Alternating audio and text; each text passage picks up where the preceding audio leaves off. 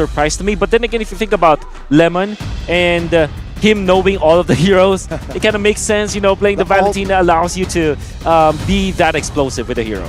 And with that, right, I expected the Irithel, sure, but I did not see Kadira. I thought it's going to be Novaria as well, right? We trade a Valentina and Novaria, though Kadira, it has more depth. Roam or mid, it's still a possibility here to give to Aldo to play around with. Speaking on that creativity, right, of Lemon on the Valentina, here's a fun fact. RQ's international trophy, only Lemon and Zin has remained as active players from the RQ lineup when they won MPLI for Nation Cup. That's the first MPLI, if you guys don't remember, but it's two. Maybe just one signature pick, the Claude. The Akai has been a signature for Fairsake, but he did lose just yesterday on it. The Claude, though, however, we saw that when Marquis picked this up, this was a legitimate good matchup against the Irithel. Yep. When in a meta where we were kind of struggling to find good heroes against the Irithel, usually the hero that comes to mind, it would just be the Brody. The Claude was what worked for Geek Fam yesterday, and RQ took a page out of their book. Yeah. So one thing you have to think about the Claude is that, yeah, surely in the laning stage it does not win against Irithel. If you're good enough, you may win against the Irithel. If you have a +1, if you have a roamer there, now you have a shot. But in the late game, the Claude is a beast against the Irithel. Yeah. Irithel will rarely win against the Claude. So this is really good coming out from RQ. I think that just because of the nature of the first 3 picks and the bans coming out from RQ, now it feels more of a Xayah-led draft. You know? Okay, very sensible, but yeah, you're right. Claude will have more DPS against Irithel in that late game, and they set the Akai pick from the start, right? That's why they banned the Diggy out. They know they want to have a huge crowd control in their comp in that first 3 picks. Let's see your second phase, Bigatron. They will deny the Kajal wave. Will they target more heroes for Naomi? I think that might be the good option to go for, right? Again, for Bigatron Alpha, it's very rarely that we get to see a Super Ken last pick. The fact that they have saved his pick all the way to the last. Yeah. Last time we saw this, it was a Fanny Cheese pick. There was a Ling as well back in the regular season. Yeah. And that's why the Kaja pick is very intimidating. They instantly go for the Joy Band. They know something's up. Something's not right, Wolf. Yep.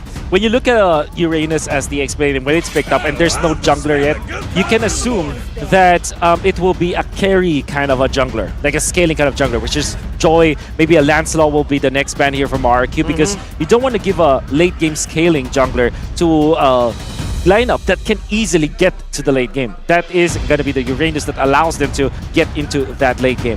Now, interestingly, Aldo did not ban the Rafaela, even when it's one of those heroes that can be good with the Claude. So, are we going to expect the Rafaela be picked up 4th here for BTR?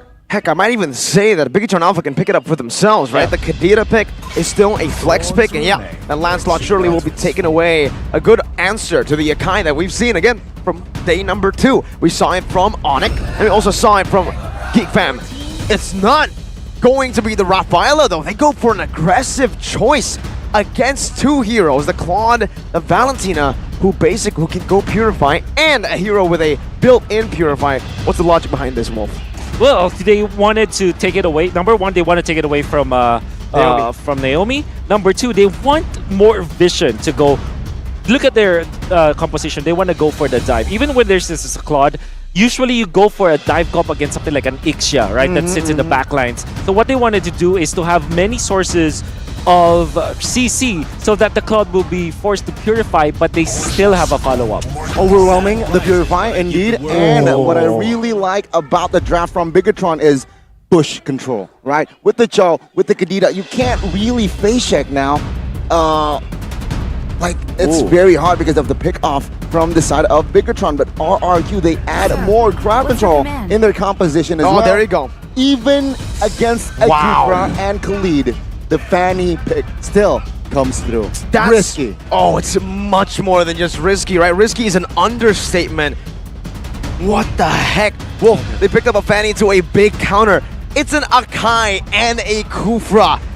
It shows that, sure, Super Ken is confident and they want to try to maybe experiment in game number 1, going for a big gamble in game 1 with that pick. Yeah. But can it work?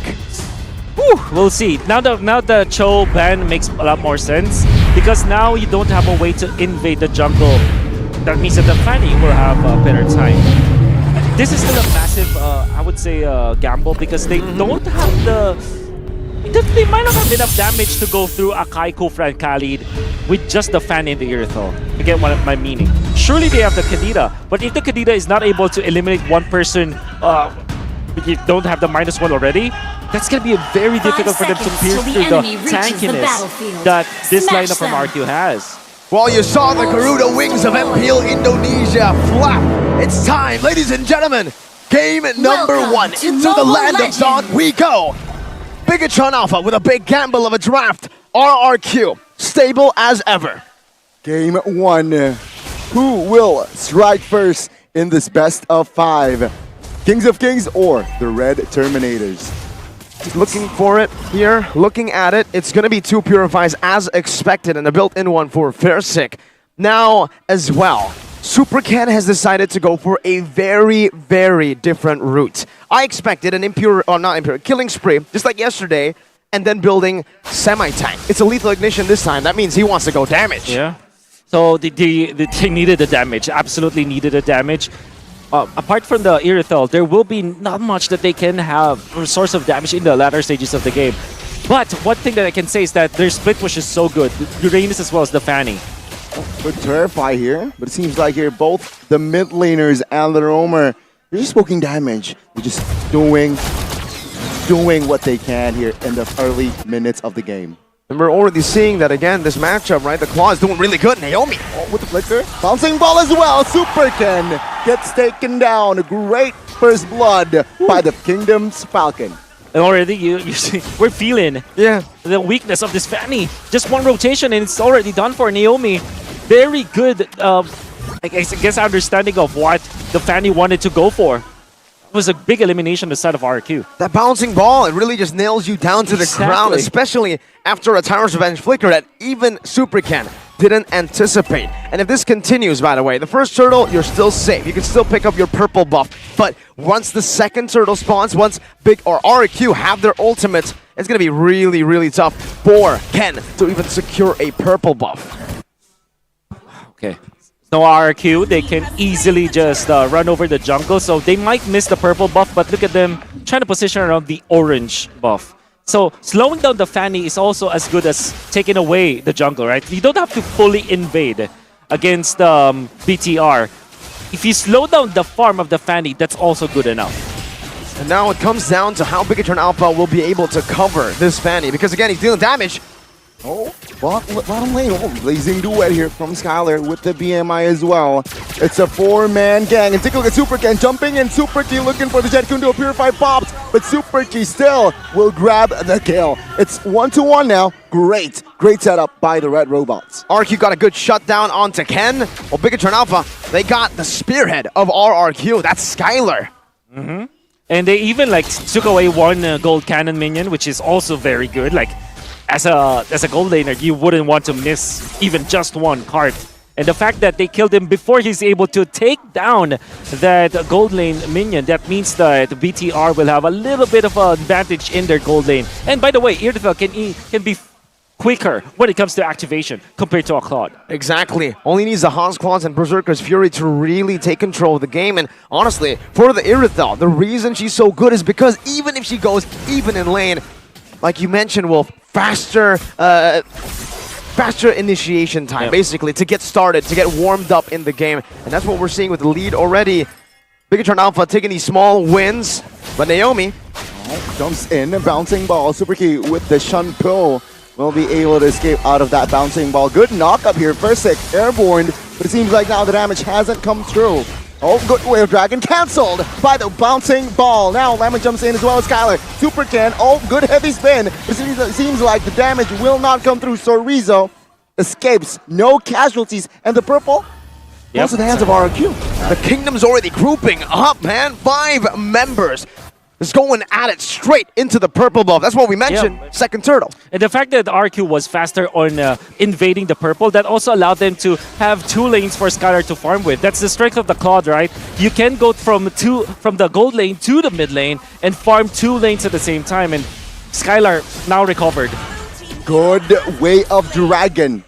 Before Turtle, let's see though, RRQ, even a down a man, seems like they want to go on the offense. No, Bigatron, manpower enough, oh, good airborne, good purify as well by Lemon. Petrify though, will connect, it's huge, Lemon falls, and that is another win for Bigatron Alpha. They keep going, Moreno quite low in the backside stun, the Tyrant Waves connects as Naomi collects the kill. Super Ken with the trade, but take a look at the bush now, it's Sorizo and Fursic going at it. An oddly strange tempoed fight with also very strange tempo mechanics there. The delay by Moreno on that Petrify to outsmart Lemon. It all started with Diren just being so aggressive against BTR. Then RQ, you would imagine that they should just back down because you have to respect the Petrify combo from the Kadita in the early stages of the game, and they didn't. They lost more than they gained in that game. Look at the setup, man. Heavy spin to escape. Gets it. Oh, find a man. Super Key locked in. Flickers out of the way, though. RRQ, will they find this kill? Seems like Super Key has enough resources to get out. And there's your answer. Why the Cho? The Shunpu gives you so much value, especially up against an Akai who needs that CC to win. Moreno! Oh my goodness. The burst damage comes through, but it will not be enough. Take a look at the resources that RRQ throws back. Super Moreno taken out. The group versus the split. Woo! And it's going to be lockdown on Sorizo, but of course that's Uranus with the pure. Not even having to use the Purify. No. He's okay. The split push coming out from BTR is actually very scary. So that is one thing that RQ needs to think about. And that's a win, I would say, right? The little wins that they're getting, the fact that they got farm. Wait a minute. Oh, overextension. Perhaps Sorizo now will be able to escape with the cover of Key Wave. Dragon connecting, but take a look at the damage by Dyren, finding a kill. Now Dyren low, good kill. It's a trade, Chibe finding one. Sick finds the heavy spin, no follow-up though, as Skylar finds his turret, but no. Super Ken would find the kill, and the turtle. Wait, we mentioned that it was the Kingdom that was grouping up and Bigatron Alpha who were splitting. What did we see just then? It was a swap in styles. You know, RQ wanted to give a lot of farm to the Claude, which is actually the very nice decision on their part. The fact of the matter, though, is that BTR found an opening because Irithel was naturally farming top lane. They were able to get that. So actually very good and fluid decision from BTR to position their marksman top lane. Wow. Well, for RRQ, they're starting to really understand that, you know what, it's time to get Skylar ahead. Take a look at the burst damage. Super Ken will happily find the cutthroat. Way of Dragon, the coordination man, but the DPS from Skylar is just too huge. He finds the shutdown. It's a big bounty to be given to Skylar, a lethal Claude, one of the best, if not the best, in Indonesia. Yep. Absolutely. Oh, good airborne in the mid. Bigatron, they will focus down on the clear. Yep. 7 minutes in here. It's 7-5. What an action-packed early game. There was a time where you would automatically ban Claude against RQ, and it's actually the start of the season of MPL ID. It's always it's going to be the Claude band. Oh, Solo kill, for sure. Oh my Dyren, he goodness. has it. Wow. That's huge. 4th kill for the Khalid. And at 8 minutes, your Khalid needs to snowball. 4 kills at 8 minutes is actually pretty good. It's good doing the job, right? The snowballing. It's the death ball for Dyren. We saw that if you give this man space, if you give this man resources, he can make that kind of crazy defense that we saw yesterday. Versick, oh, pops a heavy spin late. Oh, he was too slick with it as well. Right? Too ambitious, actually. Even if they pin him down, might not be enough for them to take it out. But that means that they will lose 1 orange buff, and Super Ken has recovered. It's level 12 compared to Fursic, who's only level 10 now. That's odd. That's very odd, right? I mean, an assassin jungler doing better than Claude. Did Skylar just steal that orange buff? He did! Well played by Skylar, taking it away from Super Ken, who needs to save his retry for this purple buff. Another invade near though. Will be kicked. Take a look at Dyren. Let him cook. Will he find a kill? No. This time Super Ken and friends will find that kill. It's a 4v5. Will they commit to this? Lord Super Ken jumps in. Cutthroat connecting. It will deal not enough damage here. Good airborne. Good knockup as well. Ooh. It seems like no, Bigatron will just try to look for the delay. That was rough waves wasted by Lemon. I think he wanted to go. Oh my god, Naomi, let's see. Super Key jumps in, does not find it. Take a look at the blazing duet from Skylar. It's huge. Finding one, looking for two, but he jumps back to the BMI. Oh. Good cutthroat. What a response by Super Ken. And again, a delayed heavy spin that didn't work out. Oh, Moreno, finding the burst. There you go. Finding, taking down Fursick, and it will be traded back. It's a 2-for-2, a scrappy 2-for-2, but then again, Retri is on BTR. The systematic Kings that relies on a front to back has been dismantled by the dynamic robots attacking from different angles at odd times. Yeah, and there was a dynamic robot that actually stopped them. That's the Uranus going for... because this is some of fundamentals when it comes to going for the Lord Dance, he zoned out the members of RQ even when Super Ken was recalling out. And you would think that if you're RQ, you have the advantage just because of the fact that you poked the Fanny. But what the Uranus did was to be confident enough to zone out the members of RQ so that it will be Super Ken to be able to get out, then get back, then take a kill onto RRQ. Well done, coming out from Super Chorizo to secure the Lord Dance win for BTR. But it feels like they've just been sacrificing the right members at every single team fight, right? The Moreno gets picked up, but as a Kadita, as long as you are able to find someone with you, the other members of Bigatron Alpha have more powers independently. They can make plays. Tyron finding the raging stance on Skylar though. Oh, this is huge. Blazing the wet. Chorizo, no escape. My goodness. Tyron will gladly jump and find the kill. Take a look at bottom lane though. It's a 3v2. Sive targeted, has enough space to have more resource put out. Super Ken, what the heck? Earlier he was top side, now he's bot side. Naomi taking damage, Wave Dragon connecting onto a Tricyc. Oh, Super Ken finding a kill, finding the double. That's a big double for BTR. It's 12-9, but the gold lead says it's a completely different game. It's a dominant one, objectively, for BTR. We have not seen any good heavy spin connections coming out from RQ. And it's not even just pinning down people, the timing of it is. RQ is very much incomplete. Whenever they try to go for the heavy spin play, they have to communicate this. Otherwise, they will not win against BTR. No way! Oh my god, Super Ken, again! 2v1 situation, finding Moreno. one. Oh, Super Moreno with the big off play. When you have a formulaic gameplay, a template one, what Fursick? Oh, heavy spin, finding Chive. And the Skylar finds a blazing duet. Chive taken out here. Naomi will secure the kill. But it seems like Fursick will be the trade here. The damage will come through Moreno and Chorizo looking for the kill. No! Fursick escapes and Naomi now jumps back in. Here comes the big boss. Ken looking for Skylar. Cutthroat. There's not enough damage. Deals not enough damage to Naomi. Wow. I mean, Red Terminators again, they're just getting through the formula. They found the secret formula of RRQ, and they're splitting them up real good. It's kind of like the playstyle that they've been using against Onyx. Yeah, because RRQ needs to group up, and so far, whenever they are separated in two squads, RRQ fails to win their composition with their composition. Now, everybody from RRQ is like disconnected, actually. If you look at the past 5 minutes of the game, it kind of feels like they're not making the plays as a team.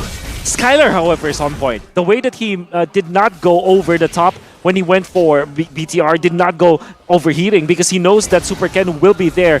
And actually, Skylar and Naomi's connection is actually real good in this game. But they need to connect together as a team if they want to win this. So far, BTR is winning with their strengths. Split the map, win with Super Ken as well as Super Chorizo, and then take over RQ. It's that combo, man, right? I mean, they need to get a big Titan's Revenge, a big Raging Sandstorm, something of the sort to give Skylar the right space to deal damage. The Irithel has a much easier way to deal damage here, and Skylar, oh, he burned a Purify, that's big! Big information!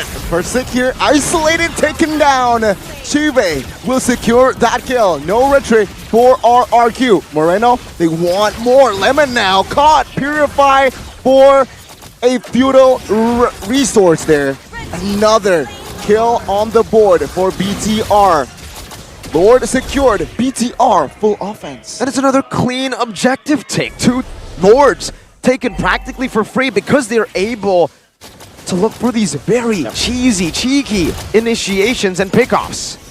And this is where the Uranus really shines. Now the vision is there. And remember, this is Cho and Kadita. They want to go for good setups. But if there's already Uranus providing the vision, everything is easy for Super Moreno. Oh, conceal play, super key with the montage. Finding one, not enough damage though. Naomi will secure that kill in the mid lane. It's exposed, but no, it will. RRQ now defending. Tables by Super Ken looking for a cheeky kill. But now the Lord will be the main priority as the 3 base turrets taken now. 3 base turrets with the second Lord of the game. That's the first enhanced Lord. That's extreme value. That's triple value. BTR are playing dynamically, but also like robots, efficient as ever when necessary. And even with a death on Super Key, that's just a roamer that they were able to eliminate. Maybe the only good thing is that the flicker was there, and Skylar didn't have the Purify during that engagement. Now he has it, and RRQ kind of survived for a few more minutes. But BTR definitely on the roll. This is also their timing. This weird interaction between like Fanny and the Uranus is that it's good in the split push, even in the latter portions of the game. Despite having a Claude on the opposite end, which is great in the late game, the late game of BTR is significantly better. He flickers out of the way. He has immortality, and he will lose his immortality. With the damage, Moreno jumps and finds the burst on towards Naomi. It's a 5v4. Good kill, but nothing really objectively on the board here. Bigatron Alpha, what a menace. I mean, on top of that, I feel like the heavy spin was saved up for what exactly, right? I mean, could have definitely helped Naomi get out, I feel, with that heavy spin, and now Key is about to burn it. They've just been burning that real good with either chain CC or poke damage. It's weird, right? Because when they don't need it, he uses it. Exactly. And now that they need it, they're not using it. I think the communication between the ultimate of Fursic is very bad from RRQ. You have to use this heavy spin correctly. That's literally why you draft the Akai. Well, I mean, we kind of saw a glimpse of this just yesterday, Wolf. Against Geek Fam, Fersic will only use that heavy spin in neutral objective contest. We saw a very different Akai from Nile, who uses it to get killed. He doesn't care about those neutral objective battles. He will dive on behind the turret, go for a flank, and bring everyone back, sweeping them like a broom. Naomi. Catching Key though, to his damage, it is enough to lose his mortality. Lord though is up, that's info. Super Key has no immortal. Now, top lane, it favors the side of the red Terminators here. Yep. So, let's see here, the contest, the objective contest. It could be a split push from the Fanny. This time the Uranus can hold on to the Lord. Top lane, take a look at Khalid, 2v1 situation. Dyron looking for the heal, grabs it. Oh, Dyron. The foul play! Dyron, let him cook! The best Khalid in Indonesia does it again! That's a 2v1 win! A misstep by Moreno and Ken. See, in the mid lane, Sive. Oh, good target, Naomi. No way. Not enough range, but the damage from Erithel will will find the mark on towards Iron as the Way of Dragon as a cherry on top. Now, looking at the Lord. Versick is in the vicinity. Retry battle. Will. What? Super man. He finds it! Sneaky, cheeky retribution. Well, it does have a level advantage, but the positioning is very, very sneaky. Big props to Super Ken for nailing that one. And even after the heavy spin was used, the angle of which he came from allowed him to get the retribution win versus Fursic. And now this is bad news for RQ. They don't have immortality on Diren anymore. They don't have the flicker as well for this Khalid. Whereas for the entirety of BTR, they didn't even commit anything to that. Literally, just the retribution was what they needed for that steal. It's not just the retribution that I have in my head right now. I'm thinking about the toll, the mental toll of that retry steal, right? Sure, this game might be over for RQ, but what happens next? Fursic has missed heavy spins, has missed retries. The final push potentially. Oh, Super Key finding the montage again. Darren taking out the base, quite wide open here. Skylar looking, popping the blazing duet to clear the ways. Will it be enough? Key, low, Fursic taken out. Take a look at the minions. It's there for Bigatron Alpha. Key, everyone focused down on the base. And take a look at Skylar. But no, it will not be enough as the red robots, they strike first in this best of 5. The red Terminators, I was saying, convincing performances from the Red Terminators have been a very rare sight to see from the second leg. But now, are the Red Terminators really back? Is this the SPS form? That loss against Onyx might have wakened them up, because this is definitely not the way BTR played in the SPS. final weeks of this is not how they look like in the final weeks of MPL. Definitely not. In the second leg, definitely not the form. They have waken up after losing to Onyx yesterday. And I say that because they were so on point. Super Ken is very confident. You can see the Uranus. You see although the Brody is good against Irithel, the carry, there is a window for you to take out the enemy when there's an Angela. Okay. It is going to be the trade. Yuzong. Yuzong carry should be. Carry. Let's see here. Do they have enough? Skylar will be given his power hero. If you go Minotaur here for your BTR, it's perfect. Will finish off. Wolf, shut up. Wolf. Yo, this guy's too good. What the heck? Wait. Yo, can we get a W off in the chat? Oh my goodness gracious. You're lucky. You're lucky that we're not on the speakers here, because all the kingdom will be mad at you for predicting everything right. You pay. It's almost like he beat RQ, right? It's almost like he is RQ. Are you? Are you, Wolf? Wolf is Rex Regum Kia. I know that guy. I know that guy. That guy's me. Oh my god, that's insane. But there you go, folks. The Minotaur to counter in a dive composition for RRQ. For Rex Regum Chaos. Let's see if it can work out here. RRQ, that Yuzong is also in a lane. That is a losing matchup against the Terizla. So Bigatron have kind of forced these winning matchups out of RRQ through what? Through the night picks and bans. It's time for the Garuda Wings of MPL Indonesia to fight once again to bring us to the land of dawn. Ladies and gentlemen, game number 2. Bigatron versus RRQ. RRQ, they need to equalize in this game. Will they? Let's see. Will the Red Terminators make it 2-0, or will RRQ find a game? This is okay. The joy, what you need to think about a joy is that it's not that good in the early stages of the game now. So if there is a window that you're looking for RQ, it's again in the early game. They have Franco to set up the plays to go for the kills, for the early kills, and then in the mid game you will rely on to Skylar. Well, for now, oh, it's Naomi! Flicker hook connects. First blood goes to the side of RRQ. They move onwards. So Rizzo now will be okay.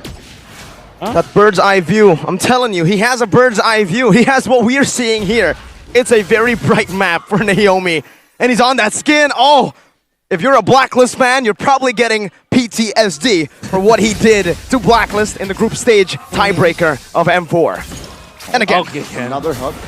This time, the damage will not be enough to take any member down. Yeah, Franco is just off meta now, right? But come on, man, if you're this good, you understand why they pick it up. And they already the thing with the Franco is that you have to gain momentum, right? If you keep on hitting the shots, even when they're just for scouting or just for poking, it means that you are on you kind of develop your grip. It's like shooting in basketball or maybe I don't know, football. Maybe that happens. Like you're in a better muscle memory. Muscle memory is good, basically. Naomi chunked in the bush here. Super Key caught as well. Flicker might be used. It seems like Super Key will not waste a spell. First like moving on towards the turtle. Take a look at the positioning here. Super Ken, very sneaky. Big advantage here for the side of RRQ with more level 4 targets. Clay has that hard guard. Hard guard inside Banana. It seems like now Bigatron will be zoned out. Oh, good response. Banana taken down here shortly. Banana. Oh, it seems like he will fall in the hands of Terizla. Now taking a look at the turtle. Heavy spin on towards Super Ken. That's one's huge. The damage though will not be enough as it is going to be Super Ken taking the turtle. He was normalized in the regular season. It seems in the playoffs, he's got that super back in him. Oh my god, there's just a lot of super instead of BTR. You can see the Angela, start of the Angela. This is a mid lane Angela, which scales better. or in the early stages, it hurts a lot because of the Impure Rage. And you saw how he's able to sustain his teammates. Then they get the turtle this time. Now the Joy with 2 assists, he's on a good place for sure for BTR. Man. I mean, I thought it was over there for Ken. Hey, 3 for 3 if you count it like gold-wise, right? You got the gold minion. It's all right, Naomi. 100% still. But seems like Ken, wow, aggressive plays. Good engage, good minion Fury, but again, Super Key used that just to disengage. It's a slow game again. Whenever the neutral objective gets taken, but this is already very eerie.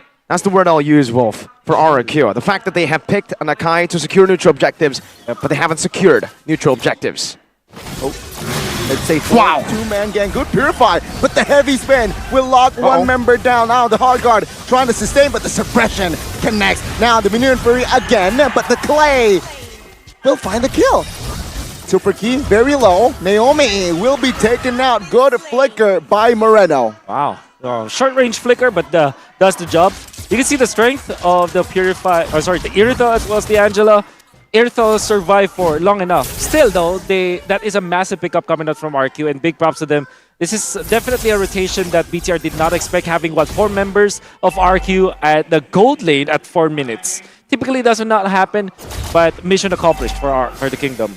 But it wasn't entirely fully capitalized, I would say, by RQ, right? Because Chive was able to survive for so long that he actually got the gold minions, the cannon as well. So he didn't really get denied of any minions, just a kill over. And it was also not a kill onto Skylar. So in this lane, it's still quite equal, I would say, with an assist that Shiva picked up earlier on. It's Clay who is quite ahead. And we know what Clay can do. He's that carry for RQ, the secondary carry that we want to see for the Kingdom.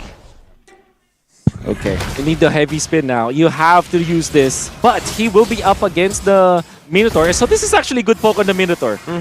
The fact that they should be forcing the ultimate early, then that should be good for RQ. Let's see, second neutral objective take. Now Super Ken jumps in, Banana trying to zone him out. Oh, first sick this time will have the newt. Now take a look at the Minion Fury. It was huge, but it seems like now the casualty first will be Banana. He will be targeted, taken out. Super Ken, great kill. That's a turtle for a kill. Is that worth it, Wolf? But wait, Shive has rotated over, and he is holding RQ back from taking this mid lane turret.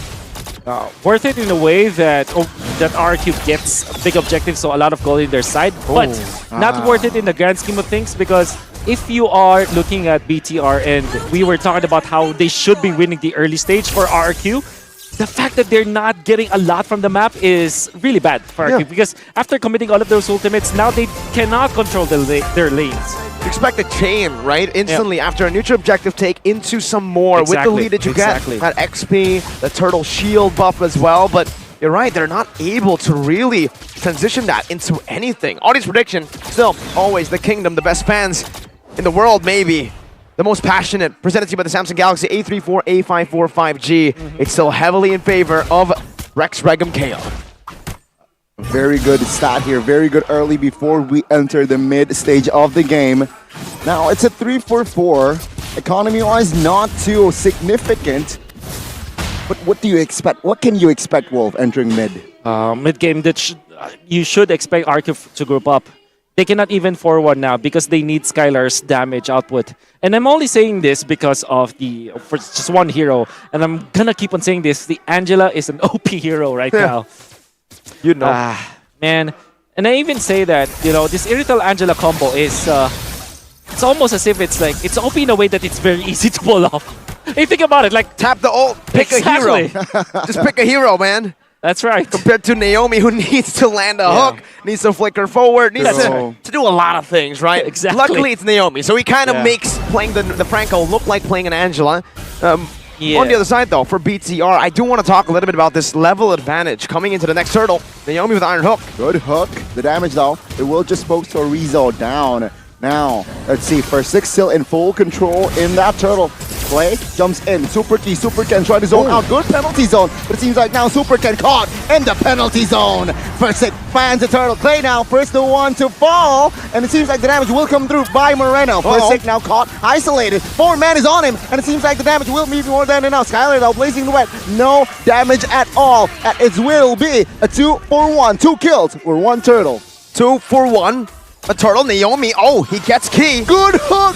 The suppression connects and Key Wait a minute. will be taken down. Though the damage will fall here. Naomi will be the trade in the mid. Looking like it's going to be a target. Super Ken with the flanks. Good BMI though. The juke, the juggle. Now Banana will be the next target. Good puppet string as Super Ken will dive and find the kill here secured by Moreno. Again, off tempo, off angle. They're attacking. It's such weird, awkward timings that RQ don't know how to react to it. And the way that RQ is reacting is to react to one thing.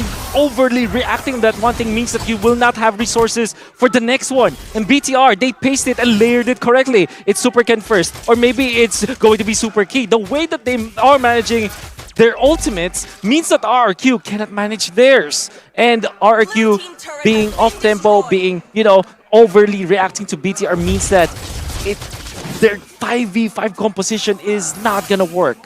Oh, we still have a stat. Wait. Oh, suppression with hard guard now. Take a look at the damage. Good! Penalty zone now. The lockdown, the pin on towards Chorizo just to disengage. Take a look at Super K. Looking for an angle, looking for the Minu and Fury. Skylar now caught. No BMI. And the puppet string will connect. Good Minu and Fury. Super Ken falls. But Skylar will be the trade. Banana at the backside looking for an angle. First hit. Take a look at the damage. Shibe guns him down. A Super Key taking the kill, but it is still 3 men taken down. Amidst a chaotic team fight for Bigatron Alpha, what stood out to me was a blunder. Petrified by Banana as he got down Naomi. Okay. The hook, not the hunt. Good flicker from Chorizo. Okay. We're seeing Naomi again. Oh, but then again, BTR, you have to commend their engage and disengage. Like their counter engage is good. Chorizo doesn't have the flicker this time. This time the hook and the hunt connect. Okay. Clay finds the Minion Fury as well. Chorizo, oh, take a look at the damage now. Super Moreno dealing it. Flickers out of the way from Clay. But the hook again to pull Chorizo back. Furious dive, everything. What the heck? And the kitchen sink. But Chorizo, he somehow survives. Now Bigatron, they look to re-engage. First sink now. The next target as they claim the Lord. Heavy spin, defensive maneuver, but it will fall. Bigatron Alpha trading the kill. RQ. We're forced in a fight that took that long. What? Ken! Oh, Naomi, flicker Super Ken! What the heck was that? That's the red robot. That's the super robot. Shibe dove on. Well, let's take Skylar now with the Purify as well. Bigatron, they look to take and claim the structure in the mid. Still, Bigatron, full offense. 5,000 goal lead, but it feels much more. Super Ken again! Oh my goodness. Let's say Baser should be the target, but RRQ will have enough firepower here to clear the Lord without having to sacrifice the base turret. Wolf, Can they defend what the this? heck is this? Well, it's all just about the Angela. Well, that's why you first picked the Angela. That's why I'm surprised that RQ did not pick that up, but now you can see and feel some of the damage coming up from RQ. Late game, I would say that BTR can still match up against RQ. It's still going to be even. So what RQ needs to do now is to wait for that mark where both of their farms will not matter. And that usually happens at 23 minutes. What I'm trying to say here is that mid-game, it's all BTR. Late game, it's all BTR. But the ultra late game, where everybody is just even up and stacked up, maybe that's a chance for RQ. There's a chance, but if Bigatron continue this way, and if they are able to get those base turrets, that's another... Oh, Bloody Hunt! Good hunt, good damage, good rotation! Super Ken caught isolated without having to sacrifice that hard guard now. Sure, he used it, but Moreno didn't mount it, right? So, he's still alive. That's a brilliant shutdown, a big one at that, and RQ are instantly translating it over to turrets. What we said earlier in the first few turtles, oh! Naomi's a beast with this hook. Even though the team's losing, even though... Red team turret has been 50% so far, there you go. 10-4. That's pretty high. That's very high. Yep. Usually we see it at 30%, Audi TZ. Yep. Yeah, so far only Audi TZ has pulled the Franco off in playoffs. And that actually diminishes the lead for BTR to about 3,000. Shutdowns are always very important, and the fact that they can get out of their base, that's also good. So another, I guess the one of the, when we were talking about like the win conditions for RQ, that it should be the super late game, there are some parts of the game where RQ has the even spike versus BTR. And that will happen when Persik eventually gets to level 15. That means that in the Lord Dance, if he times the heavy spin correctly, and they also utilize their Bloody Hunt from Naomi, yes, they can win against Super Ken. But now it gets really scary for Super Ken, I would say, because in the earlier portions of the game, Super Ken can dive in, have a hard guard, and then survive. Now, no longer. Claude has hit the power spike. Clay deals that damage, and that CC lockdown is enough. Wait a minute, Naomi. Good setup. Let's see here. Spells all 10. All 8, discounting the poke, retribution is there. Super Ken though poke. Oh, take a look at this. Now on the other side of the map, Chive petrified, but take a look at the damage with the Ducati. Vroom, vroom. They're looking for space. 20,000 HP on the Lord though. It seems like both teams just hovering around for information. Hook on towards the Super Key. On towards Super Key now. Oh, good Minu and Furry as Clay might be caught. Good flicker. So Rizzo though isolated the front side of the map. Now taken down shortly. Skyler claiming the kill. Persik though will be the trade.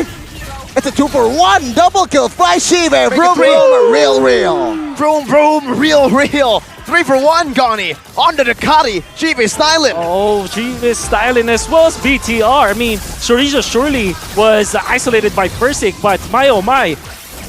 During the heavy spin, BTR did not panic. Instead of trying to save Chorizo, they actually just gunned down the Akai.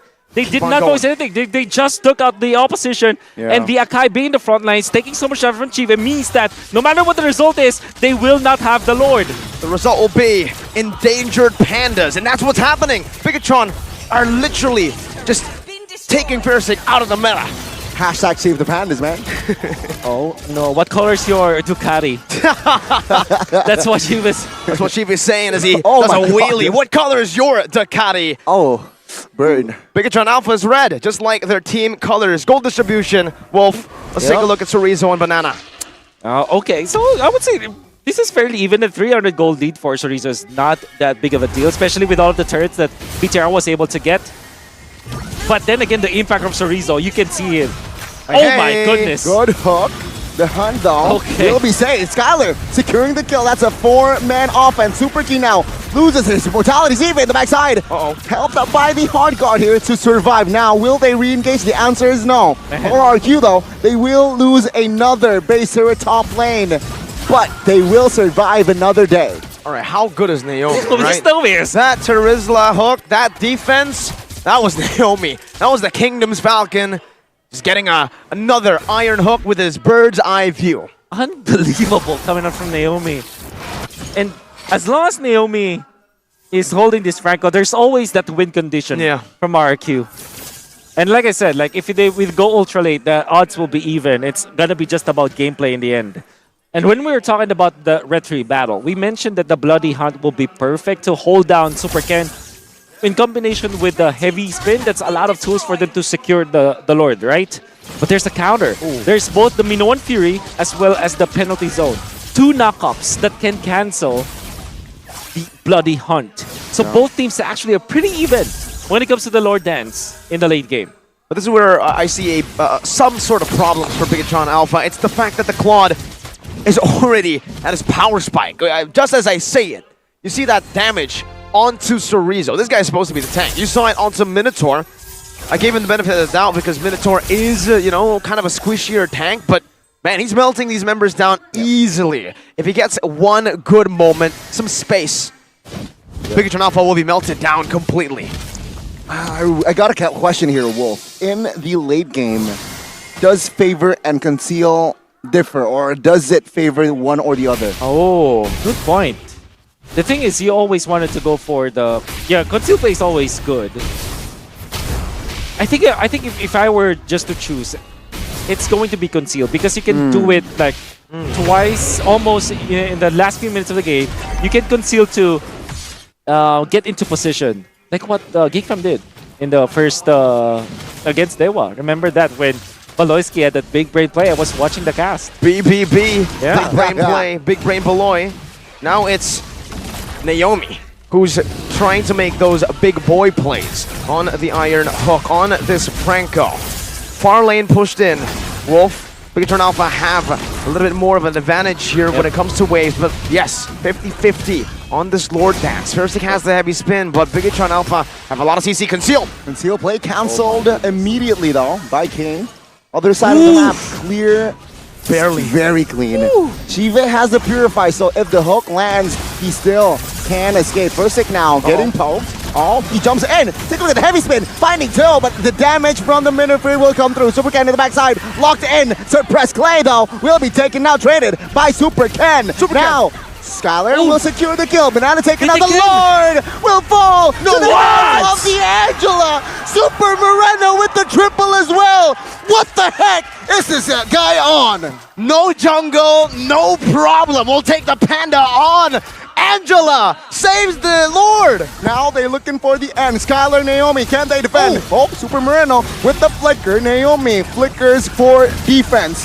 They cleared the hook though. Oh my God. Will make Super Key taken out. Skylar now looking for the clear. Still gets it. Still finds it now at the bottom. Minion will jump. They have no clear. She right now targeting the base for match point. Bigatron Alpha again has found the answer. The talking Terminator, and now the taunting Terminator. Flickering forward, recalling, not just to win the game, but to send a message to the Kings. Now, RRQ are in a place they put Geek Fam in. Can they come back?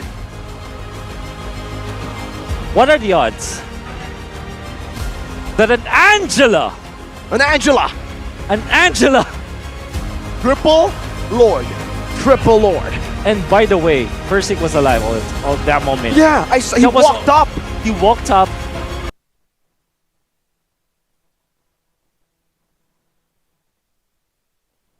Because they want to keep the Edith like kind of flex. So you still have the Claude for Skylar. Yep. And the Brody that we know that can at least match up against the Bruno in the laning stage. Huh. And if it, of course, the Claude is, I would say, more rewarding because you have the Rafaela anyways. Your team Oh, wow. Barca. An unorthodox pick for Clay, but it is a no. signature that we have seen many times before. They're opting for comfort in a big, big pressure game. And that's it, a Forza. But that will also mean that the Edith will be going XP and the Rafaela will be the roamer. And it gives Bigatron so much information now. So much. They can dive in. Yeah. They can get a good matchup for the Edith as well. Yuzong or Lapu Lapu perhaps. Terizla is still open. The return. There's so much to go Uranus. So the problem with this Farsa is that even I understand why they pick it up though, because it's a Clay special. Yeah. But at the same time, it does not stop BTR from getting this. There's so many ways to pressure this Farsa. I understand the idea. I think the Farsa is there to just try to the range and the burst mainly. The burst to try to bait out the time journey, right? Which can work, but you need to be ahead for that to happen. You need to try to snowball. And with this kind of composition, I honestly feel like Bigatron are going to be the ones who are proactive in this map. RQ are a bit more reactive with their heroes. Exactly. They need a very, very big... But, oh, I don't like it. The Rafaela's on Naomi. Completely forgot about that. That's not a style. The Brody is Skylar style. Oh, man. Naomi on a healer. Naomi on a healer. Oh, man. I think that this is... BTR got this, I think. 3-0, is that what you're going to say? Perhaps? The Farsa is just so off-putting. I would understand if it was the last pick because they would not have the choice. Imagine if they just pick up the Brody because we already saw that coming. Exactly. There was no one else. Brody was predicted to be their fourth pick. If they did that, at least they can now flex their Edith. And this could not be a Uranus. This could be a different story. Then they could have adjusted their fourth pick, their last pick. Showing their cards too early, perhaps might cost them the game, and it's going to be an expensive game as it is 2-0 in the best of 5. Let's see, ladies and gentlemen, once again, match point for the Red Terminators as they look to terminate the kings of kings who are fighting on their last legs. Welcome to the land of dawn for game number 3. The last hope for RRQ lies on their comfort pick and an unorthodox Rafaela on Naomi. Rarely do we see this, ladies and gentlemen. But again, Bigatron, they have a chance to sweep the Kings of Kings. Let's see if if the program of the artificial intelligence this time will be able to hack into the kingdom. Anything interesting here, Wolf? I mean, looking at the emblems, it's an impure rage on that Diggy, so he'll have so much sustain here. Yeah, that Diggy is gonna be a big problem for sure. So, anything other interesting is the focusing mark on Naomi. Yeah. Which is typically gonna be well. I guess he just likes that that emblem. He plays with the Franco, he plays it with his Rafaela.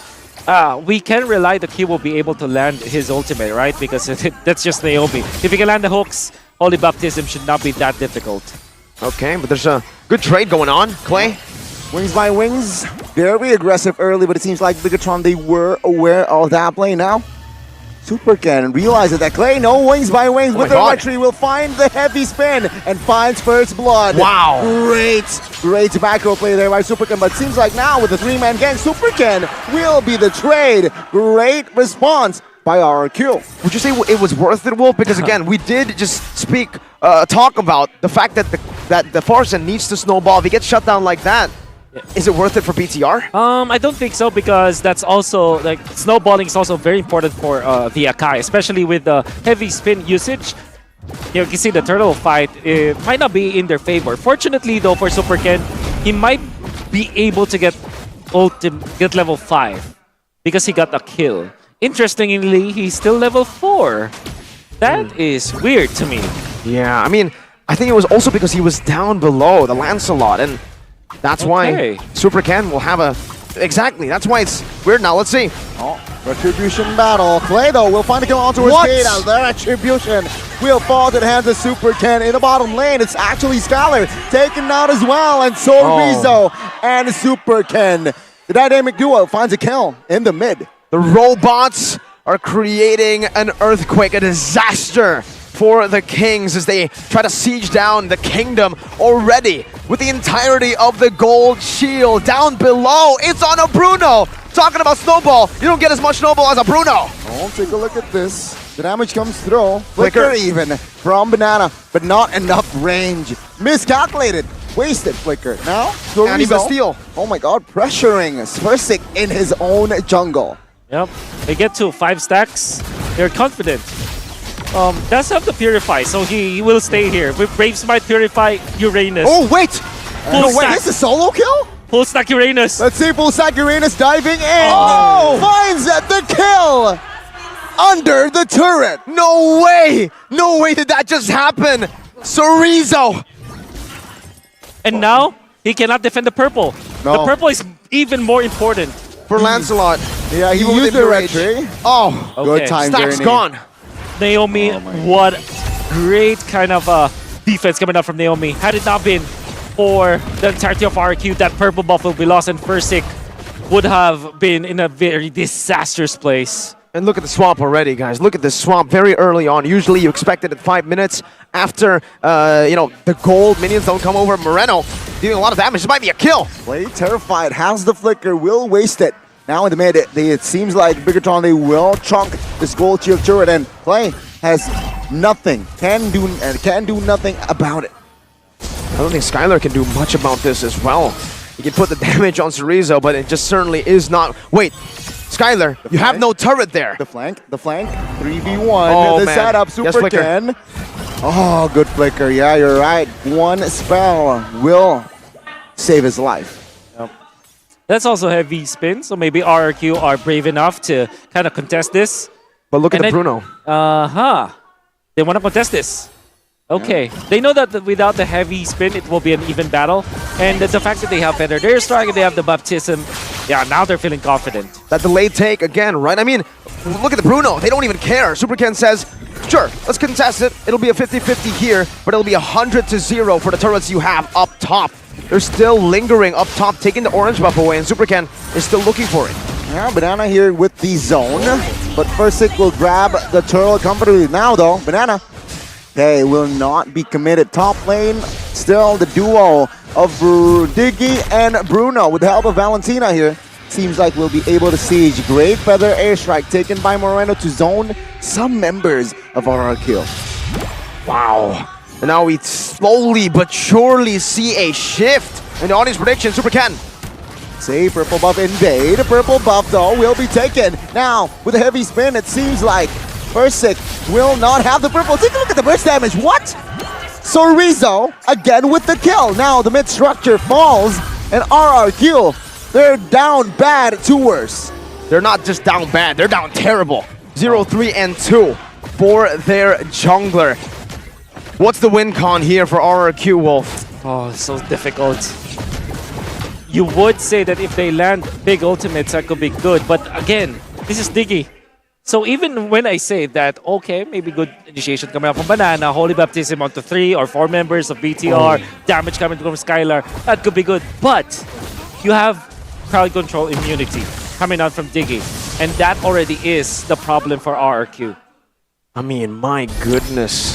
Ladies and gentlemen, RRQ, it seems like for the first time in Season 12, we just cannot see where RRQ can really, you know, put on some pressure even. Shive just walks up, pops that worldie. Oh, let's see, good flicker. But Banana now isolated under the turret and the damage will come through. Signed, sealed, and delivered. Versick though will look for a play. Doesn't find it. Super key taken down by the torn apart memory. Brilliantly done.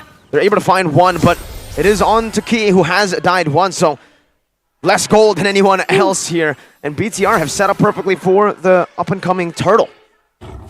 Dang. So difficult now for RRQ. What else should we talk about RRQ? I mean, they really need to be lucky this time. Because I say, I'm a big fan of Zaya, right? I'm a very big fan. I think like he's one of the best drafters out there. But this game number 3 draft that they have, it's very, very uncharacteristic for them. Okay, so Rezone 1v3. Feather edge strike, FTP popped. Torn apart memory, not enough damage. It takes Sorizo down now on the other side of the map. Spikatron looking for an angle. Seems like the opening wasn't enough. Again, RRQ tried. RRQ tried to look for a tool, something that they can use in this game. That torn apart memory has been efficient this game, but not against Sorizo, not against Uranus. Yeah. Whew. Okay. It's a very slow build for Bigatron Alpha, but slow but steady wins the race. RRQ cannot handle anything, whether it be fast or slow. Versick, Heavy spin does not connect. Good Thorn Rose to Juke, but again, the mid lane turret will be taken out. Itemize here, very interesting. 3 items for Bruno, but only 2 for Brody. I don't know about that, man. 2,000 gold. That's something that I do. Again, not too sure if it's happening to Skylar here, but something that I do when I'm tilted on the Brody is I'll just skill 1, ult every single wave. And again, I don't know if you want to be doing that with your resources when it's not a wave that you want to clear like super fast anyways. That's right. And the thing is, they need farm on 3 heroes, in fact. They need farm the Farsa, they need farm the Brody, and at the same time the Lancelot. So 3 farm-dependent heroes on the side of RRQ. The fact that they don't have any contention in the map, they don't have real estate to work with, that means that they will be scrambling for scraps. And I would repeat what I said in game number 2. The only way for RRQ to win this is if the game goes 23 minutes. 23, that's a very tall order, my guy.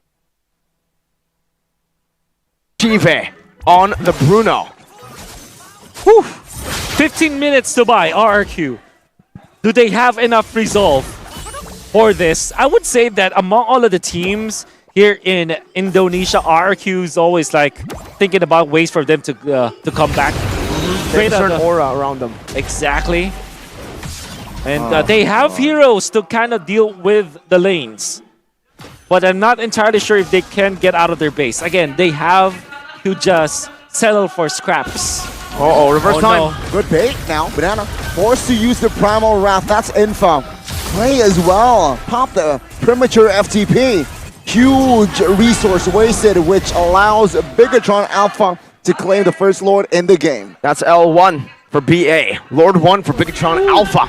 9 minutes in now, getting to that 10-minute mark, and BTR are just freezing the waves, suffocating RRQ, who are already desperate for farm, who are already going to kind of fall off with the Brody. Oh my god. They're even like freezing the lanes this time. Look at them, like not clearing the mid lane. Key, damage dealt, number 1. You thought it was the Bruno? No, it's Key. With the Wow. tiny bombs. DK bombs are crazy. Very annoying. Especially with Impure Rage. Keep spamming.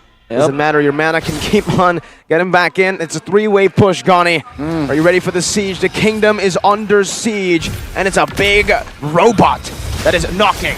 Let's see, good heavy spin. First it caught in the mid lane turret. Taken out, not just yet. He escapes now in the mid lane turret. It will be the target as Lord still stands. RRQ, they look to grab and stay composed. Good defense in the mid, and no base turrets touched just yet. Great defense. Oh, seems like now. After that opening, I was surprised that no member from Rex Regium Kaon was taken down. And the fact that they did not lose any inhibitor, the first Lord of the game, that's especially with the state that they're in, it's actually great defense. Excellent defense coming out from RQ. Phenomenal, really, for RRQ. The fact that they were able to defend while we were, again, just criticizing that the Bigatron Alpha can, the Diggy from Bigatron Alpha can just walk up, use that time journey, and get the team to dive. I think there was a slight miscommunication as well for BTR as to what they were going to do with the heavy spin. Catch or zone? Oh, heavy spin again. Not to cancel the FTP, but just to zone out now. So Rizzo caught. Consecration as well. The torn apart memory will deal not enough damage. Now Banana caught. Oh, take a look at the critical by Shiva. Great ball there to take him down. They really cannot handle Shiva's balls right now. Oh, that's very bad communication again from RQ. Like, all of these, all of the things that we're saying about RQ, they come in waves. Sometimes they look as if they're really good when it comes to team fighting. Most of the time, they look like they're disconnected, and Banana being left there. Everybody else just went back. Very bad. Oh no, he gets out of range. What a terrify coming up from Super Moreno. Good cover. You're right. Good cover. 12 minutes in. 8,000 gold lead still. Now let's see. 10 more minutes according to the calculation of Mr. Wolf. Well, 12 minutes in. There's 10 minutes to go, Wolf. Do you think they can survive the next 5? Is my question. With a Lord, this time enhanced, coming in, and a base turret with the first Lord was already taken down. I would say, though, that maybe having 3 inhibitor turrets might be a difficult task to defend, but having only 1 turret, that's also good. Banana now taking damage. Taken out. Shiva again. Ouch. Let's see. Torn apart memory. Good time journey as the FTP was spot as well. Now First looking for an angle. Spot. Oh, too early. But it seems like now he's gone now. Retribution battle as First taken out. Super Ken clean a retry. 2-man down. I repeat, 2-man down. Wolf, 10 minutes seems like 100 years It's for 100 RRQ. years, for sure, especially with that gamble coming up from Fursic. To be honest, he might have had better results if he just split push and cut the waves. But now they have to defend against the broad force of BTR with their ultimates cooling down. BTR go at it first time, getting the base turret free up top and then saying, I'll be back. This time with an enhanced Lord in the mid lane. The Red Terminator is looking to seal the deal to terminate the Kings from Season 12. Potentially the final push of the series. Let's see, RRQ for the first time ever. Will they not make it to the M series? Banana taken out. First now looking for a kill. In the backside though, it's a mess. Oh my goodness, base wide open. Bigatron Alpha. It's over! It is all over! Bigatron Alpha sweeps RRQ. The Terminators again. Lower bracket buff. It happened in SBS. They were taken down, all the way down. But it did not matter, for they came back stronger. And here it has happened again, terminating an all-timer in the World Series, but keeping one of the RRQ member in their den, in their team. Finn has a chance to be the only player in history to make it to all 5 World Championships. The draft looked really dicey for RRQ. Their mental is not as strong. They're not coordinated.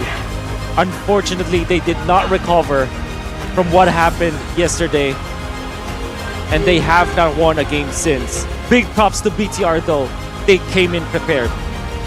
Their draft was so good because of the pattern that they're using. It's almost the same all in the entirety of the series. Literally just shut down Fursik, ban Baksha, ban Fredrin, then adjust accordingly with their third ban. Game number 3, it was the Irithel ban. Game number 1, they ban out the Angela. They have a plan here in this series, and they all completed those bans. And you would say though, there's a lot of like good standout. Really hardcore snowball momentum situations, right? Usually it's always so even until something so important comes up that both teams can't ignore it. That's why now the game revolves so much around the neutral objectives, and we're going straight into the drafting phase for game number 1 right here. And a lot of assassins are banned out from the side of GeekFam. Yep, GeekFam first pick, Onyx second pick, Rafaela as the first pick here for GeekFam.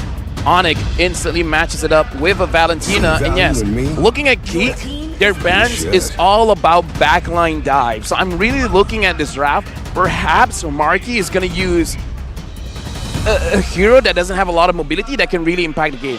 I'm even thinking of an Ixia. This early on. Not the first 3 picks, of course, Okay. but they're setting up for it.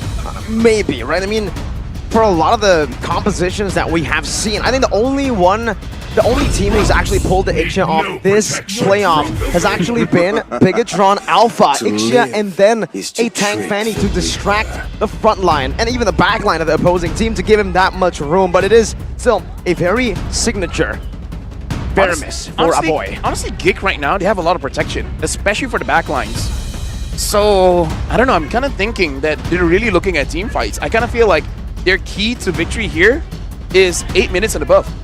8 minutes and above.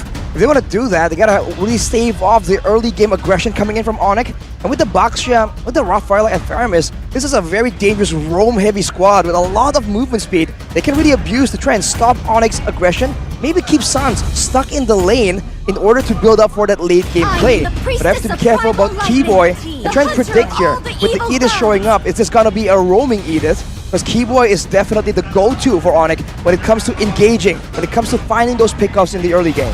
That's the question every team asks when they see Onyx draft. The Fredrin is also still flex. One of the only teams left that can actually still flex the Fredrin into the XP lane. An absolutely disgusting composition so far with that flex pick. But we do have a fun fact here.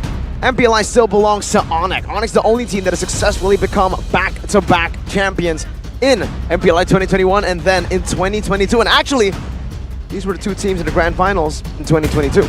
I gotta say, that shows consistency. Now, if you've gotta analyze Onyx here, I kind of feel like the Matilda as well as the Angela ban is kind of a have-to ban in this kind of situation. But the Paquito as well as the Terizla, I do believe whatever marksman that they're gonna have, which Irithel is still open. I kind of feel like they just want to make sure that the front line isn't too beefy and there's no flanking going on. I just wonder Time to take the field. Your team if Onyx picks up their marksman first, which I don't think they will. A Yuzon pick might be okay. A Yuzon pick for Onyx. Or GeekFam. For GeekFam. Well, Because they already have a lot of protection here. But if they don't have anyone going to the back line, it's either go big or diversify. My personal opinion, looking at this draft, I kind of want a little bit more diversity. You can protect all you want, but someone has to disrupt the backline. especially if you have a solid DPS source in your own backline. So I think it's going to depend really on the gold laner that you can get in this drafting phase. If you don't really get something that good, then you have to disrupt the better quote-unquote gold laner on the opposing side. With the final ban being a Uranus, seems like it's going to be a bit of a almost a front-to-back play for GeekFam, trying to eliminate this high-regen hero.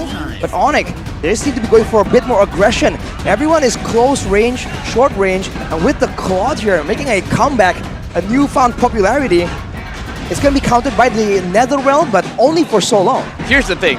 I believe that Claude, when he got nerfed, he got buffed. Because, here's the thing. we saw a meta where a lot of healers are coming in. What's the difference between healers and setup tanks? Not a lot of people can stop the Claude. So if the Claude is gonna free hit the entire game, no one is chasing after him. Eventually, it's gonna be Claude's game to win, especially because they themselves have the Valentina. So for now, GigFam, they need. I don't think they can lock anyone for now. So you have to have someone that can dive or have very heavy burst to go against the Claude. Well, speaking of burst, the Brody comes into mind. The Bruno as well, but is banned away. They'll go for some solid DPS on top of some dive as well in the XP lane to help provide some more synergy to the dive comp that they're already building for themselves. That's a Yutong into a Baksha Faramis Rafaela. That's a lot of mobility. Irithel even. It's a lot of mobility and it's a lot of survivability as well, especially if you consider the Netherrealm as well. So usually we see an Angela being used in this way. Provide the Yutong and an Irithel with sustainability and movement speed. GigFam has found a way to do so without the Angela. Looking at draft, Onyx has a very solid draft. The export kind of shuts down what they want to do with their front line, and the Faramis, the Netherrealm is okay, but I believe with the Claude, you can basically shut them out very, very quickly. It's all going to come down to how CW plays this lane, because we did see the Claude yesterday, if I'm not mistaken, against Bigatron Alpha, and that was the game where he was completely shut down by BTR in lane, and then outside of it, the chain continues. That's something that the Claude really struggles with now. If you get shut down in lane, what you going to do? Exactly. You can't clear those waves with your Blazing Duet anymore. And right now, we're jumping into the Land of Dawn, where this match will determine who will go to the grand finals, who will secure a ticket to go to the M5. Right now, we're jumping into the game. 5 It's seconds Onyx till the enemy against reaches the GigFam. battlefield. Smash them. Well, let's take a look already at the early game setups right here. Keep your eyes on the jungles initially, because that's where most of the teams right now are putting a lot of their early game focus. They send the roamers to invade, or even send the mid laners to help out with the clear, or with staving off all these pesky disturbances for their jungler to ensure that they are on curve and they can contest the turtle at level 3 or 4 later on. In the early stages, it's all about the pathing coming in from Niall, because he is the one that can really dictate how fast they can move towards the turtle, because if he can invade, get as much jungle creeps as he can, then he's activating what the Baksha is supposed to do. But with the lineup coming in from Onyx, I don't believe it's going to be all that easy to invade without getting punished. And he's already quite successful at that, right? He stole that top side jungle. That's what the Baksha gives you. Good clear, good mobility equals to Fredrin not really having that free farm. Looking at the emblems here by Dunia Games, agility is on the hands of Onyx, trying to outmaneuver as always, and 2 Wilderness Blessings in the hands of Sans and Keyboy. Expect a lot of roaming, probably of invades as Keyboy takes some damage. Good damage. Stampede as well, bringing him back. And Beloyski pokes him a bit more as Keyboy just taunts a bit with that sticker. Meanwhile, here it's Kyrie who actually wins it out despite not using the Retribution, but now gets collapsed on. No dash! He gets cancelled out. Finally is able to maneuver out of that. Niall, an absolute oppressive monster in the early game. And right now, Niall has level 4 compared to Kyrie level 3. I kind of feel like this is a good start, but I don't feel like it's enough, right? Because you're winning, but you're kind of not winning that much. So in the end, even with a 500, I would say even a 1.5k gold lead for the draft for GigFam, it kind of feels like it's still even. Especially with the execution coming in from Onyx, it's just so clean sometimes and you have no idea. Sometimes it seems like they're not really supposed to go in, but then they'll go for a pickoff. And even early on, they're playing so riskily and still surviving on a sliver of HP, but Geek can now make their move. That's an onward, only onto Beloyski. Some good burst as he flickers out of the way. The Black Dragon forms to the back, is able his own Kyrie, and that's a Petrify. And if Furious dies the retreat battle, it's still going to be Kyrie who secures it for the team, as now it's a boy getting shut down, taken out. It's Luke even who follows through. I gotta say, GigFam, in my opinion, kind of botched the engage there because the Black Dragon form came out way too early. It's almost as if Onyx, they're just trying to be like, yeah, you guys do your thing first. Once you're done, we're going back in. Now the goal has shifted. Now it's 1.2k goal lead for Onyx. Oh, the other direction. Boy, here taking some damage, but this is the aggressive stuff from Onyx, man. It makes you overestimate, maybe overcompensate, trying to engage early on, thinking that they're going to be very speedy, but turns out they took their time in that engagement, and despite all the utility, the healing that GeekFam has is just not enough. And Marky, it's going to be quite locked down here by the Onward. I think I want to give a shout out to CW as to how he is playing the Claude. He knows that he can't use that Blazing Duet to clear anymore, so it's a bit hard to actually go for the 2 ways, but he still does it with Keyboy's help. Keyboy's the one who freezes that bottom lane and holds it back. Right now, honestly, looking at the draft from GeekFam, if Onyx even makes a mistake, it's really hard for them to punish. It's very hard for them to capitalize because the draft really makes it so that you have to do something. It's not like you're trying to answer what Onyx is really trying to do. So now it's Kyrie who's going to be zoned away from his own jungle, but it's a good Earth Shatter there by Keyboy, trying to disrupt, trying to punish with some poke. Trading it in with the purple buff. San's brought back to the Shield Unity. Beloyski's walking in. That's another realm forced out. The Earth Shatter connecting on the Nile with the Onward back, but it's not in range of the turret. Now it's another Nether Realm as Kyrie is forced back. 2 teams just brawling it out, but no one falls. Almost like there's going to be a lot of these fights are going to hinge on who actually pulls the trigger on the Nether Realm first. If you can force it out automatically, then you have the edge in these big fights, especially with all the AoE that Onyx has in their composition. A Blazing Duet to a last Insanity can actually deny GeekFam so much only if they keep giving Sans the copy of the Nether Realm. And right now the turtle has been started. It looks like GeekFam is trying to pull it to their side. Keyboy is there trying to make sure that he can get a pretty good engage. Onyx here, I believe they're trying to bait out skills coming in from GeekFam. Will they take the bait? Earth Shatter into Kyrie, just getting him with the last hit. Now Nile with the Poisons defensively. Luke baited all the way in. CW gets a kill. Onyx Claude in the losing matchup. Kyrie wants more. No retribution, but he can certainly force it out of Nile here, who needs to stay composed, and he does. Secures the orange buff and gets out. What a disaster, man. The engage potential from Onyx, they used the crowd control to ensure that the retribution can't come through, and Beloyski saw through that. He tried to cover and ensure that Nile does not get tossed up by the Onward, but it cost him his life. And just like that, GeekFam get run over due to how much damage Onyx can really output.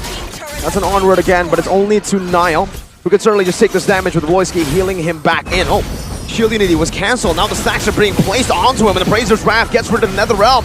Keyboy, a very good subversion of expectations, jumping in with the Onward, but onto Beloyski as he finally just takes him out. 0-3-0. I'm waiting for that 7-death power spike for Beloy. Yeah, but right now GeekFam is losing all the fight. Arashi, what's up with GeekFam that every single time there's a fight happening, they're always on the losing side? They seem to be always outmaneuvered, right? Onyx is so good at being efficient with their movement, and they're always in the right place at the right time. Every time they're trying to go for something, there's always backup for Onyx, and you can't really say the same thing for GeekFam. I mean, I don't know. For me, it looks like they don't have enough damage. Is that really the case? For now, they're gonna need a lot more items here to actually output that damage, especially in the hands of a boy who is struggling with the clear. And on Onyx, Keyboy is 4-0, and he is on an Edith with a Primal Wrath, and he is serving as the secondary marksman. Now take a look at the talent's prediction by Samsung Galaxy A34, A54 5G, overwhelmingly in support of Onyx. Yeah, I kind of feel like with this kind of draft, GeekFam, you have to wait for Marky to get 2 items, the Berserker Fury as well as the Husk Claw, and then you can do something. Well, now they're looking for some more across the map. It's still going to be Nile who secures the orange buff, but CW, 6 minutes. That's an impressive time for the Golden Staff. We usually see it 7 to 8, 8 being the average. Yeah, right now with 4,000 gold lead for Onyx, it's really looking good for them. GeekFam, they really need to get more deaths onto Beloyski to turn things around. If they keep taking Beloyski out, he's going to be so behind on items, and he is still, even though he's a Rafaela, one of the tools that GeekFam is using to really open up the maps and find vision. If he can really serve that purpose, then everything falls in the shoulders of Nile and Luke, who, if he is taken too low, will be forced to use the Black Dragon form and just lower that much more the chances of GeekFam to contest all these neutral objectives. I don't know, in my opinion right now, GeekFam just got to make it so that, hey, Onyx, do you want to engage the fight? I mean, like, come in, you know, we're open ours, we're opening the doors, come attack us first, and then we're going to counter-engage. Because looking at the draft, they kind of have to do that now. But Onyx say, no, I don't wanna go into your house. I don't want dinner. What I want is to crack your house, siege it down from behind, which is, again, a pretty rude move. Yeah, pretty rude for a guest, you know, but hey, I guess do your thing when you're Onyx 6-0. Well, if it's working so well, why wouldn't you do it? And for now, like Level mentioned, GeekFam have to try and counter-engage, but there's no bait juicy enough for Onyx to jump on. Maybe it'll be the next Lord. That's usually the main big objective. But now, 5k gold behind. They have to make sure that they have the tools necessary to even put up a fight and not get completely steamrolled. And it's so efficient from Onyx, this dismantling of the turrets, the way that they're able to position themselves and not waste any resources, but yet they zone GeekFam. I would say this is them understanding how strong they are at this point of time. In 8 minutes, what makes them so strong? We have a 6,000 gold lead. They can push away GeekFam from the turrets without really sacrificing much. Because even looking at the movements coming in from Onyx, they never look like they're rushing things. They never look like we're desperate to start a fight because they understand, GeekFam, you don't have enough damage. We don't have to worry about anything.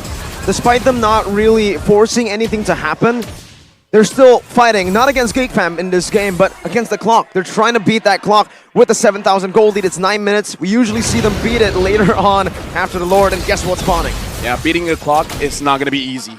The clock is definitely one of the more important things in the game right here. As we said, GeekFam with some items can still be a big threat. They have mobility, which is a problem for Onyx, a team that requires that in and out maneuver. They kite back from the biggest dangers and then come back in when it's convenient for them, which is why their efficiency is just always so highlighted. Whenever they're moving, it's not up for now. They're setting it up for 2-3 minutes down the line when everything really lines up perfectly for what they want to achieve. Yeah, right now it looks like delaying the Lord, making sure that dies on the 40th second. So it looks like they want to set up the minions first, and then they want the Lord to spawn. Very clever coming in from Kyrie, where we see teams trying to rush out the Lord, but he wants to delay it for a little bit. For GeekFam, I kind of feel like now they're putting all the eggs in one basket, and that egg is Marky, and they're the basket. But That Marky egg. right now, I don't know if he has enough Exactly. damage. I don't think that egg is really something worth fighting for, but it's the only thing that GeekFam have in their arsenal. To make things worse right now, Onyx has full control over the waves, over all 3 waves, so Marky has nowhere to farm.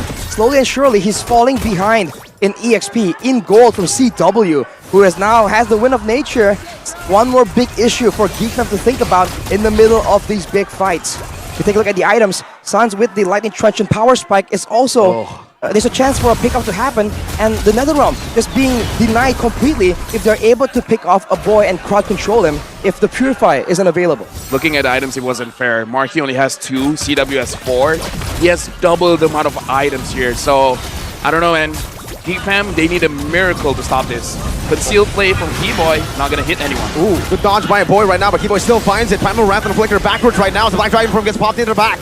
Boots still in the front, that's a Petrify! Onto 2, but another Realm saves it. It's the IMU that saves them. CW jumps back to the BMI. A boy is able to escape with some good healing from Beloy, and that photo. The Flask of the Oasis getting them the shields. But they need a CW! What? Just finds a boy, who's the assassin? Just comes back in, a boy, the most calculated, usually the most risk-averse player. Wow. Gets caught out there. CW just completely outplayed him mentally. Only 1 item away from a full inventory stack. Onyx were forced to use all the battle spells, but it's worth it. And right now, the Lord is still 70 seconds away.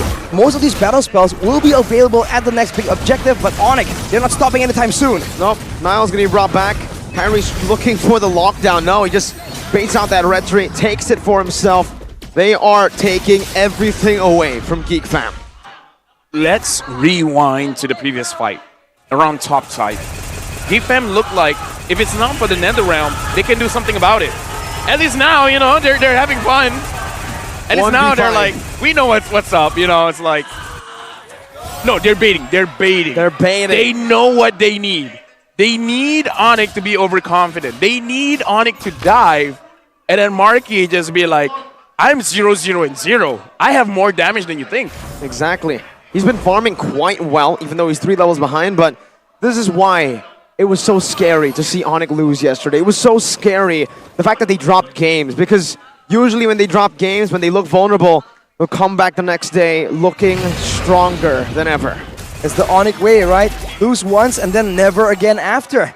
With so many losses yesterday, they must have ironed out most of these problems. And speaking of the overconfidence, that is also in the keys to victory for Onyx, right? They cannot be overconfident, and even though they're winning, even though they're at a 10k gold lead where they can brute force players, they have to be careful. flicker, and CW just gets melted down. The first kill on the board is a kill onto the marksman. An incredible value. Marky jumps in with a heavy crossbow, deals up damage and a lot.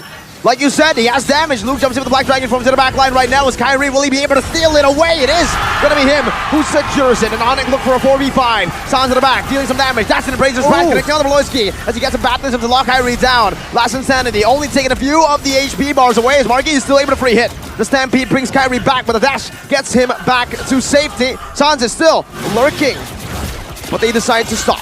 Good proactive play coming in from GigFam. They make it look like, oh, dude, this is it. This is over for us. We're not going to do anything. And at that moment, they find CW. And in fact, in that kind of situation, if they secured the Lord, they might have turned things around. For sure.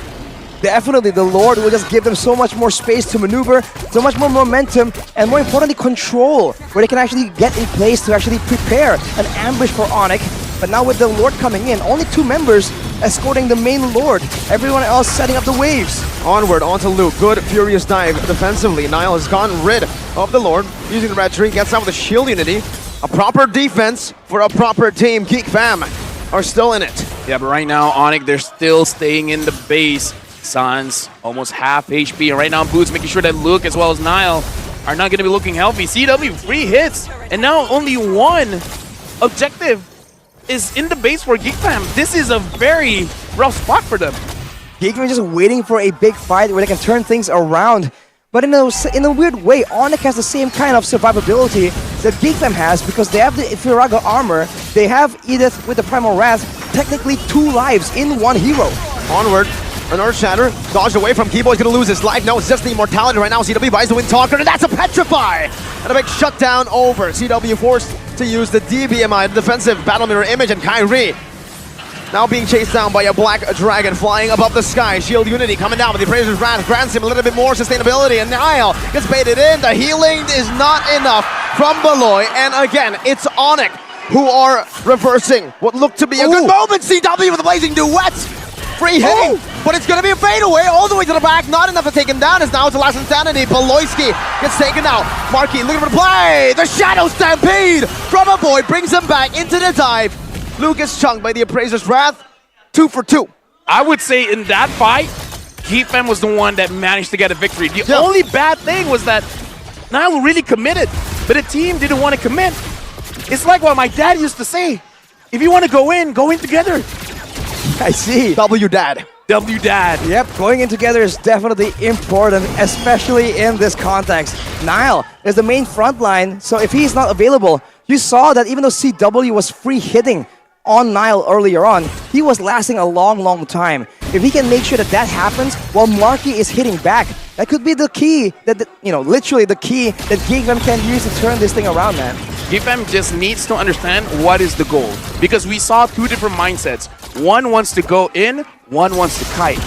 They gotta make a decisive decision. You wanna go in, or do you wanna kite? And right now, Kyrie is kiting the Lord, and Boots is just trying to zone everyone away. So which is it? What did he need to do? Is it better to kite, or is it better to dive, Arashi? I think kiting is a lot better here due to the lack of mobility available to Onyx. No. Even the big... The fact that you have to kite is why you have to dive. Okay.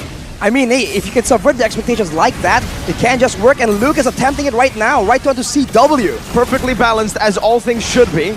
The dive into the kite. Boots has been poked quite well, and Keyboy isn't able to find an onward Earth Shatter, but GigFam, as soon as they dive, they try to kite back, and now they have to concede a Lord. 17 minutes means it's still enhanced, no evolved. Is this endable? Not yet. Not yet? My mom always said, if there's a Irrital on the table, don't push too hard. Oh. Yeah, that's what my mom said. Well. If the enemy has an Irrital, don't push too hard. You might get punished. Because the Irrital has the potential, in a 30-minute game, can do around 300,000 damage. I've seen that before. And you can still lose, but still, don't push too hard. Don't. That's what my mom said. Let's say if your mom is right, Onyx wants to go in with a hard push. And yeah, they're pushing hard to going in. That's NetherRealm bringing him a lot of HP. Oh. Nat in the back right there is going to be CW caught, but NetherRealm saves him just for a bit. Silence down, 1 HP. Now over to nature, is able to escape just for a bit again. And he buys the Rose Gold. Meteor sells the item. The base is still there, and our boy gets outplayed. Luto comes in with a spike as well, and a Dragon Tail. Keyboy taking low. Now with the shield unity, but now gets kited back. It's a 1-for-1. It's an XP lane for gold. Hey, your mom was right. Let this be a lesson. Never doubt my mom. She knows W Iritel. mom. W mom. Shout out LaFell's mom and GigFam. They've done a great job clearing the Lord, defending against that. And I think what's important right here is for both teams to recognize how much space their respective opponents' gold laners have. Because when CW is free hitting, it's a lot of damage. The exact same thing is true for GigFam. Looking at the instant replay, the backline was decimated, and they were at the NetherRealm, but it kind of only buys a bit more time, even though they're not exactly in a good spot themselves. Something to talk about as well is the splash damage coming in from Marky here using the Iritel, and then he just bought a Windtalker.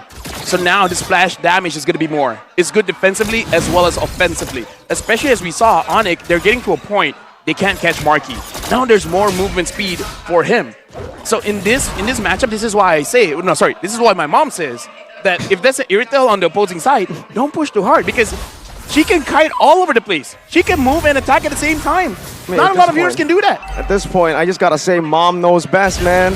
Is your mom an analyst?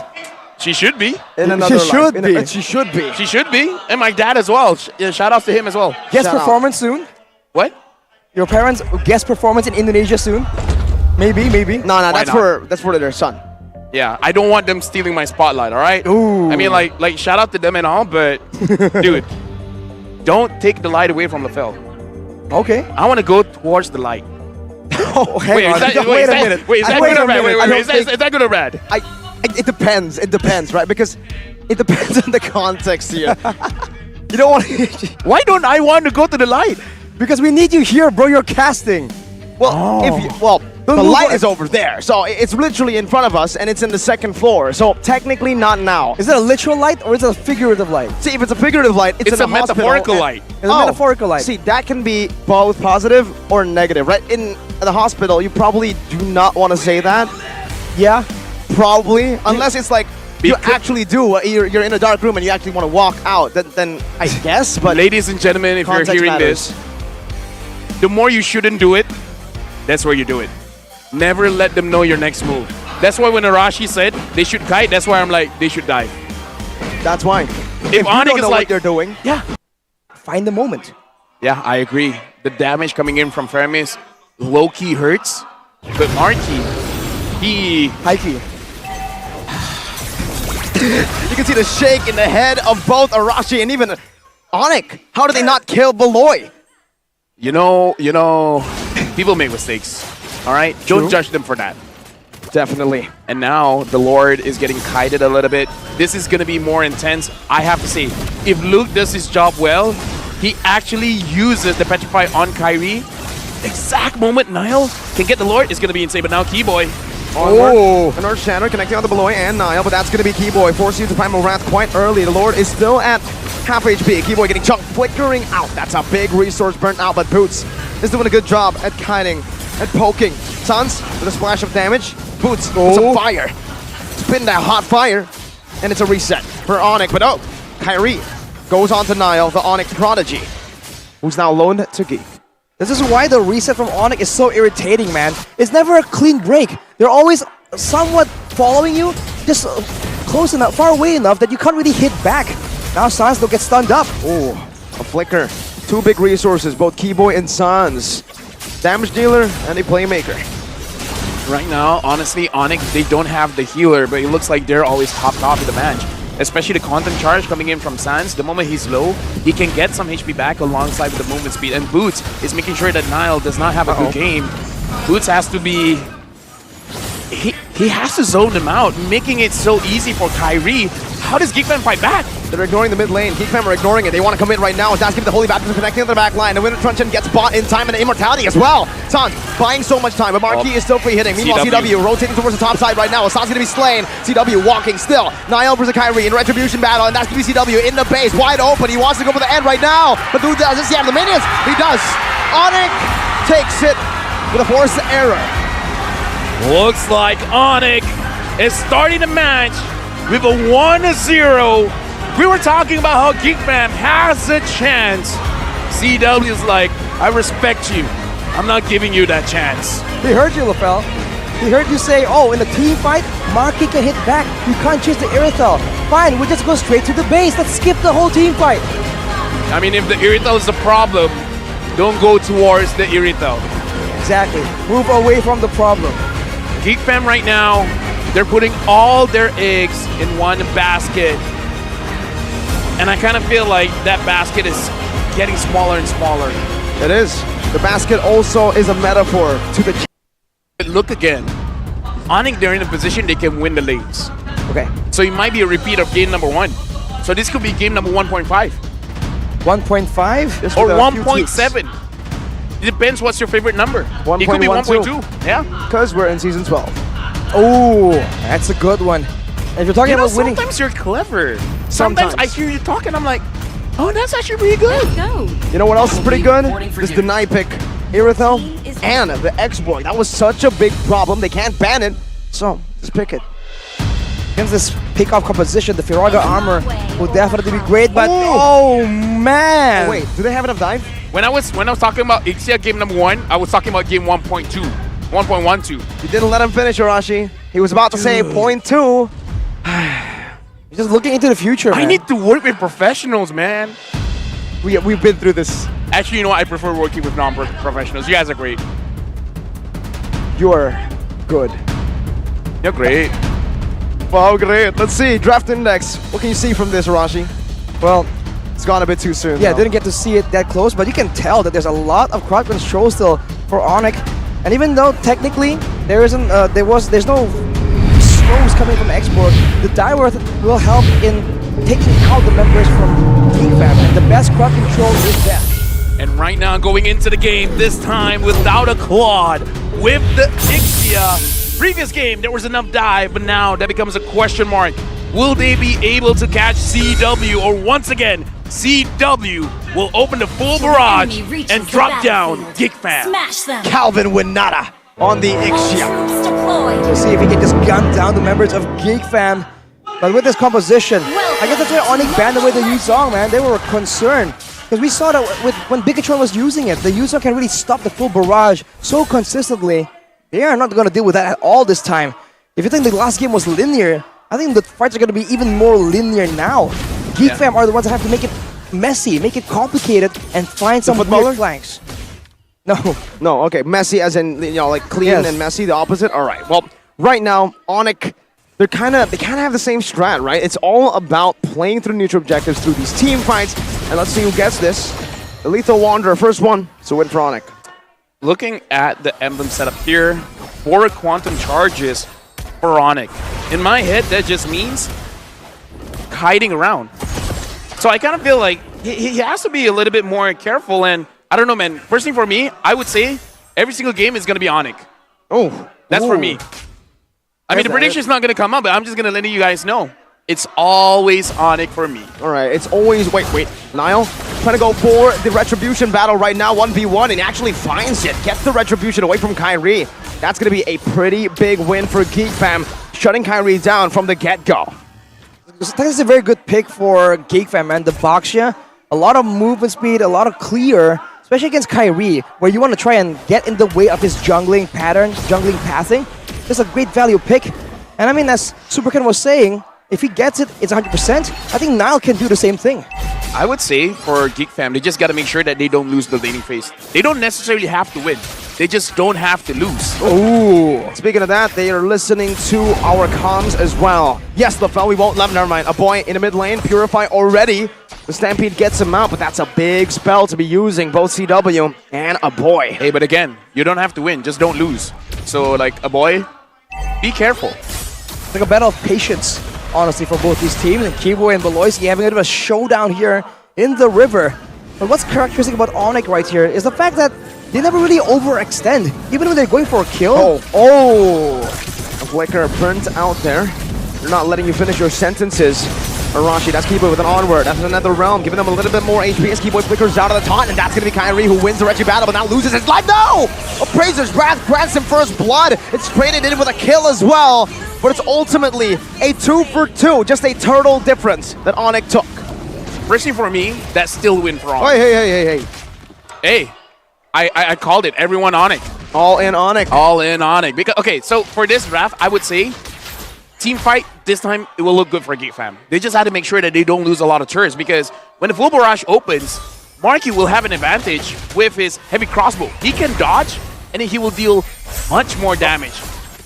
Beloyski trying to hit the Natalia there, not able to find it. That's a Haas claws built up from Marquis as they try their best to actually go and invade, but Beloy gets caught by his ex-teammate, Kyrie! That's the second death for Beloyski this game. Getting caught by your ex, not a good feeling. Boots gets caught by the turret. Which one feels better, X or turret? Turret. Turret. I read it, take turret. Okay. I think we can all agree is turret. And on that note, Ufel, I think as long as Onyx doesn't really get too far ahead, where the full barrage can take you out before you can move out of it, like you mentioned, Marky can make use of the speedy nature of this Irithel and find something if he can avoid Boots and Kyrie as well. They're going to be looking for that kill very, very aggressively. Only Rapids and connecting. Keyboy with the onward. Now it's a full barrage where Keyboy loses his life. They're going to be able to get out of the angle there, but it's a flicker. Out. Barely, almost catching Beloy. That's the holy healing coming down, and Sans is rotating. Marky gets a good hit onto the turret. Meanwhile, look at that. Look at that damage from CW. Yeah, and here's the thing, man. CW hurts, but you gotta know, Ixia, the initial damage is gonna be huge, but now Boots Engaged on. Not going to be enough to survive. The Abyssum Strike comes in, but the last Insanity is used up to dodge away and to deal that final hit. Kyrie now going to be dove on by Niall and Luke. It's not going to be enough. He's still able to escape, and look at the timing. Perfectly done by Geek Fam for the turtle. Marky up top with Leo. That's Irithel's Tiger. Luke, in the bottom lane, this might be a solo kill. A good Terrify in, but it's not enough to take him down. Onyx decides to concede it as Niall secures turtle number 2. Great planning from Geek Fam, finally getting a guaranteed objective take. But Onyx, they're never that static. They keep going for more things, keep trying to find opportunities around the map, and look at the full barrages coming out. Oh, what the heck is that damage? Almost like a burst skill instead of a DPS skill. No, I would agree. The full barrage, the initial hit is good. And now Beloyski helping out a boy to kite back. And because of that, a boy goes back in. But then he goes back out. And then he goes back out. But going to my point, the full barrage, in my personal opinion, if you can time the Netherrealm to basically mitigate the initial damage, you're going to win the fight, because most of the good damage is coming on in the early stage of the fight. Hey, look, exactly what you said happened, but plus the Purify to get out. Kyrie diving the turret, trying to poke even more. The boy's going to be able to recall out of this one, and have Geek Fam, have Geek Fam done what you asked them to do. Don't lose in the laning phase. Yeah. They're doing a lot better mitigating the risk, mitigating the losses that Onyx have been able to just get in the previous game. You take a look at the gold differences by Ube as gold. A boy actually is even out with Sans. And in the gold lane, Marky is out farming CW, despite how the lane looks like it's going. It's just a poke, I feel, in this matchup, right? For CW, the range advantage and the sustain advantage that grants him the better trades. Heavy crossbow defensively. Beloyski going to be knocked up right now as Niall looks for a sandwich play, but the onward gets him out. Now Primal Wrath with another round. Beloyski with a flicking forward of the baptism, but now they all fall under full barrage. CW with a good spray down. Niall running away. That's a shield, and he connecting with the Brazer's Wrath connects as well. Luke with the last Insanity to the back, and now with some fire. That's Marky gunning them down. Luke is spitting some super hot fire. Hey, and this time again, Geek Fam, they can take those fights. They have enough damage. And again, CW the full barrage, the initial spike of damage is huge. If you can survive that, you can survive the world. That's exactly what we saw in the previous fight. Onyx also overstayed a bit there, and Geek Fam trying to use all this momentum, get towers, get kills, get the turtle as well. Everything they can get to try and make sure that Onyx just gets bewildered on what to try and react to right now. And now didn't even use the retribution onto the turtle. The Halloween Baptist are connecting right there, but Bolorski's gonna be caught in the back. Suds picks up the kill. A boy loses the Netherrealm HP, and now he's caught in the midst of it all. Pops in a Purify, gets up for a bit, but immobility from that Primal Wrath locks him down. A lead, but then Onyx takes a little bit back. You know what? I feel like it's because I'm here. As a Malaysian, whenever we have a lead, we need a bit of a throw. Just a bit. And I feel like, you know, Geek Fam, they feel like, yeah, they gotta do that. And they had a Malaysian team too. Yeah. Ooh. Well, is that just like... Shout outs to the Malaysians that like to throw when you have a lead. Shout out to everyone who throws when they have a lead. Shout out to everyone, yeah. That's a very common thing. But for now, both teams are just throwing back and forth, but Luke with the X-Borg can just be a lot more survivable. That will probably be important in the late game. But I think Onyx, by the way, have an extra bit of combo here. If they can lower the physical defense using the Dairoth and then hit him with the full barrage, it's a lot of burst damage that might just catch one of the members of Geek Fam off guard. Wait, they're trying to dive Nile right now, and they're doing a good job at it, but Turret is still standing, and he's still going to be able to survive for quite a bit. Finally taken down here, but that took some time. It took a lot of time, actually. Marky is still up top, trying to utilize this time bot to take a tier 2, and I would say it's worth it. Yeah, I would say if Luke had more HP, he would have tried to help his friend. And we saw what happened just now, Geek Fam. When you're trying to help out your friends, sometimes it's not in your best interest. Sometimes it's good just to let your friends die. Sometimes you have to worry about yourself first before you try and save someone. You can't help someone who's drowning when you can't swim yourself. Be selfish before you're selfless. Yeah, because on the flight, they say, when the oxygen mask comes down, put it on yourself first. Before your child even, right? Exactly. Yeah, exactly. Because you can't help someone if you yourself aren't in a position to help. We're finding so many ways to say the same thing, and I think that shows our synergy here. I just hope the audience watching, if you're in a situation where you have to be like, do I help out my friend or myself? Help out yourself, king and queens. Start with you. You matter. Yes, start You with you. matter, sir. Shout out to mental health. Oh, all right, you know, something more important. Look at the hand cam. Ooh. Oh, that's awesome. You're on a Fredrin, Kyrie. You don't need to be doing all these fast hand maneuvers, man. Well, he's keeping his eye out on the rest of the area. And that's great. So he knows We need an eye cam? contextually. A hand cam. No, he's keeping an eye out. You're looking at around the Lord area to know if there's any kind of weird flanks coming in, but he is going to get caught out. And there you go. That's the flank you were talking about. Arashi, Kyrie gets the Predator's Trap, but now gets blown up by the last Insanity. Loses his life, and has the jungler taken away for Onyx. Geek Fam take control of the Lord, and it should be a free one. Luke with the recalls. Oof. That's a big recall, big statement, taking the Lord out of Onyx so cleanly. We haven't seen it in a while, and now Bolorski. The baptism as Boots jumps into the back line right there, but Marky, whoa, an aggressive maneuver to get him punished down. That's immobility from Keyboy. This might be a winning fight, but Keyboy, 1 HP! Literally. Luke still able to kite away, but Immortality is going to be popped right now as Boots pops in, he misses some strike, getting rid of the Faraga armor for a bit, but the Holy Healing grants him enough! It sounds with the flicker forward and the flicker from Luke as well. Boost jumps in, now to another. It sounds with the makeup kill. Nile and a boy trying to cut away right now as Boost jumps in once again, giving CW a lot of damage, and that's going to be a boy taking a kill. But CW gets the same. A boy versus CW. Stampede versus Ghostbusters versus the range of Tewe. Dude, Gilat Sans. He really turned things around for the team. He did. That was a bit of an overextension from Geek Fam as well, though. Marky doing so well the whole time, playing the macro game, splitting away, making sure that Onyx has to send CW to the top side, losing the Lord in the process, and then walking straight into a Keyboy initiate, getting deleted. With that happening, the Lord now will be cleared by Onyx, and if you look at the items, it's still somewhat even, gold-wise, but if you look at the composition, Onyx has a bit more burst to work with, but the longer the fight goes, that's where Geek Fam starts to shine. That's important, man. You gotta keep in mind how both teams want to play this out. Honestly, I kind of feel like Marky, because he had the great Dragon Spirit, he feels like he could outmaneuver Onyx. So shoutouts to Kyrie, able to stop him in his tracks, making it so that Onyx can deal up free damage. Because if not, Marky would have deleted Onyx. Like, the amount of damage that Irritel has now, it's a lot. It's more than a lot. You can actually wipe out everything, including, with the help of Head and Shoulders, Dandruff. Itchy dandruff in particular, man. If it's wet, oh, that's awful. I've been in a Head and Shoulders Commercial? I saw. commercial, yeah. I watched. That was good, right? It was pretty good. A lot of people ask me to open my shirt, and I'm like, nah, fam. It's Head and Shoulders, not body soap. Is that haram? Exactly. Yeah, it's haram. Technically, for men, it's like we use shampoo for soap too sometimes.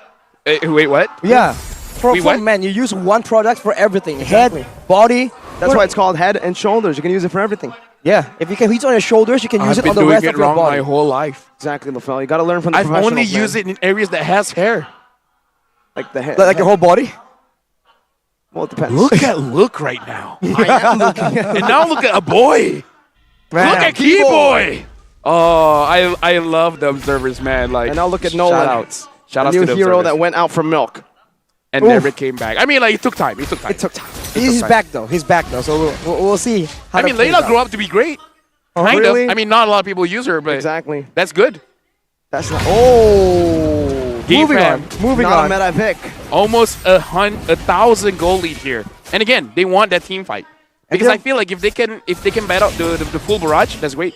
They can wither it out, that will be great for sure. But now they're also winning in the macro department.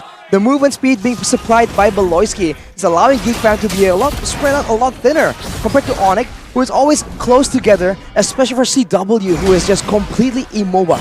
Wait, what is Marky and Beloyski doing up top? Okay, now they're coming towards the fight. It's a signature Beloy play, man. When he dies 5 times, that's when the BBB spawns in the game. You know what the BBB is, LaFell? Big brain Beloy. You've been watching MPL ID, sir.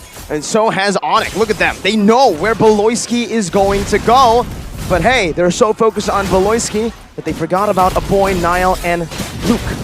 Here, we're still trying to kite. Kyrie is surviving a lot of damage right here though. GeekFam can't really do much here, but now, whoa, Luke! Say goodbye to the Faraga armor. But that's the photo, granting him the HP. A flicker backwards. Defensive leg! Hey boy! Into a full barrage, into a taunt right now. Defensive nether realm for GeekFam as they run wild. Onyx are the ones who are running wild on GeekFam. Luke falling to one more hit, the last hit from Sans. If you're a fam, you did not want to see that. You did not want to see Marky getting caught out like that. Absolutely not. Blink and you'll miss it. And Edith engage into a full barrage. That will do it, man. There was no time at all to react. Now with all that being said, man, with the pickup happening, and with Onyx just running everyone down, they're getting turrets, they're getting the Lord as well. That was almost the worst case scenario for GeekFam. Oh, I would say that is the worst case scenario. Well, worst case would be they're wiped out. Losing Marky feels like losing a leg. A leg? Yeah. Wow. They can't walk forward anymore. They really But can. that's what they want to do. That's what they want to do. They want to kite. They have an export. They have a Rafaela. And we have an instant replay to see exactly what happened. Oh, look at Man. that. Getting caught out. Keyboy just seeing a casual Iritel walking towards the Lord. This is one of those Very moments you innocent. feel like you should have taken the longer route. Very naive. Very what? Naive. Especially against Onyx, I think you should have expected something of that nature. And it was a credit to Kyrie for landing the big 3-4-man taunt right there, signaling to the whole team like it's go time. And everyone was just so on point with the follow-up. It came in without any delay at all. That's what you have to like adjust with, expect from Onyx. With a 5k gold lead, they're going to try and take some base turrets. Lance Lord concealed by Keyboy. Niall still able to get out right there. Pops into Poisson's Earth Shatter, dodged away from mid lane. Still, the key for Onyx as they look to try to siege down the other turrets remaining, but they need to stay in formation. Boots, not going to be stunned up with a holy baptism. Kyrie jumps in, gets a taunt. Boots staying very, very low. CW with a full barrage, but the last insanity goes to the back. A good flicker out from CW, outplaying the situation. The Keyboy in the front. Still, it's going to be Sans with a monster kill. Keyboy with the Primal Wrath is actually going for the end right now. Niall taken out. A boy. One man left standing. Onyx match point. Marky in the previous game was not touched. 0 deaths. The moment in this game, he died 3 times. That's a little bit too much. And Onyx capitalizes. Just can't deal with the touches, man. With everyone just running straight at him. That was crazy. And even in the end, we talk about macro skills displayed on the table for Onyx. But look at the micros, man. CW completely outplayed the final moment of that fight. We're going to take a look at a bit more in the replay later on, but this is an all-round great performance for Onyx. I would say Onyx is one of those teams. You make one mistake, it feels like you're making 50 mistakes. Why 50? Why stop at that number? 51. Game 1, Geekman banned the Lancelot actually, but in Game 2, it's the exact same thing. I guess they're so confident that they're gonna possibly just try and make small. I mean, like, to be fair, Marky made that one mistake that started everything. that a pile of Dalmatians dropped What? and then created that whole situation. Dominoes. Yeah, okay, cool. But you know, Dalmatians. you know what it reminds me of? What? That Marky mistake. It's just like, you know the meme with the doctor and the patient? The patient's like, it hurts when I go like this. Just don't do that. Just don't do that, Marky. Just don't do right? it. Just don't do it. But it's a difference here in the gold lane for Onyx. It's the Beatrix. So only CW has been using different heroes every draft. The Claude, and then the Ixia. Maybe they're trying to and make another up for Beatrix. all the times in the regular season and in the playoffs so far where he's just been on an Irithel or Claude. like a Brody. Right? Like those are the two most picked heroes. Now he's getting to get some variety here. The Ixia, the Beatrix. So, you know, maybe it's his time. It's his moment. Okay, give him is taking their time. If they take all this time and then they end up with the same draft, it's strategical. Ooh. Oh, there we go. Irithel, and it's the X-Borg. They were using the extra time to talk about what they're supposed to do, not what they want to do. Wow. You know, in your head where it's like, I want to do this, but in your head you also ask, should I do this? I don't know, should you? We'll have to see, man. I mean, again, sometimes the same draft can work, right? Yes. We've seen it twice, Yes. and it hasn't worked out. So, third time's a charm. But you know, there was this one smart guy. Okay. He said something along the lines of doing the same thing and expecting different results. That's the definition of insanity. I believe that's Albert Einstein. Last insanity. Albert Einstein was an X-Borg name. It is my Or mission was you to banish Can all only explain darkness. the hair. Oh! This time they're switching it up. Lancelot. Yo, Boots, get your hand on the Fredrin. Cause I wanna shing shing shing ting ting ting around with the Lancelot. That's what Kyrie said. I see. Wow. You can hear it from Translated all the in way English. Here. From what? English or Tagalog? From Bahasa Tagalog. Yeah, the Tagalog language. Yeah. Yeah. Don't leave me hanging, talk, Arashi. I don't think we're any of getting the us- same pay here. I don't think any of us actually speaks the language though, so I speak Tagalog sometimes. Translates for everyone, man. Edward and M4, for MSC, sorry. Chiku as well. Excuse me. But yeah. Chico is doesn't speak Tagalog. You know why we're going into game number 3, where we will see Geek Fam is this their last insanity with the same draft, expecting different results going up against Onyx. Let's see if that's the case. The Garuda wings 5 of MPL seconds till the Indonesia enemy reaches are the in the battlefield. sky of the land of Smash dawn. them. Wow. I mean, like you said, Rafael, it all came down to that one moment, and from there, it's not like everything was over, but it seems like Welcome they lost to control. Mobile Legends. It's almost like when you buy a new couch and you don't want to dirty it, but the moment you spill some coffee on it, now you just don't really care as much. So hopefully, Geek Fan will be able to maintain that kind of attention the whole way until the end of the game.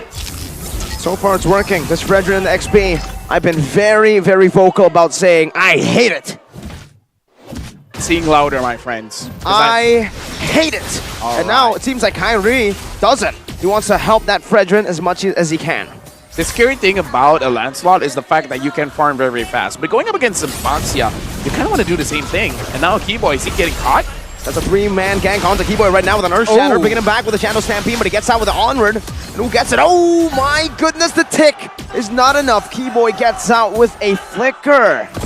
My question to Arashi, I'm already looking forward to the future. For 2 games, the first turtle, Onyx keeps winning in that team fight. Yep.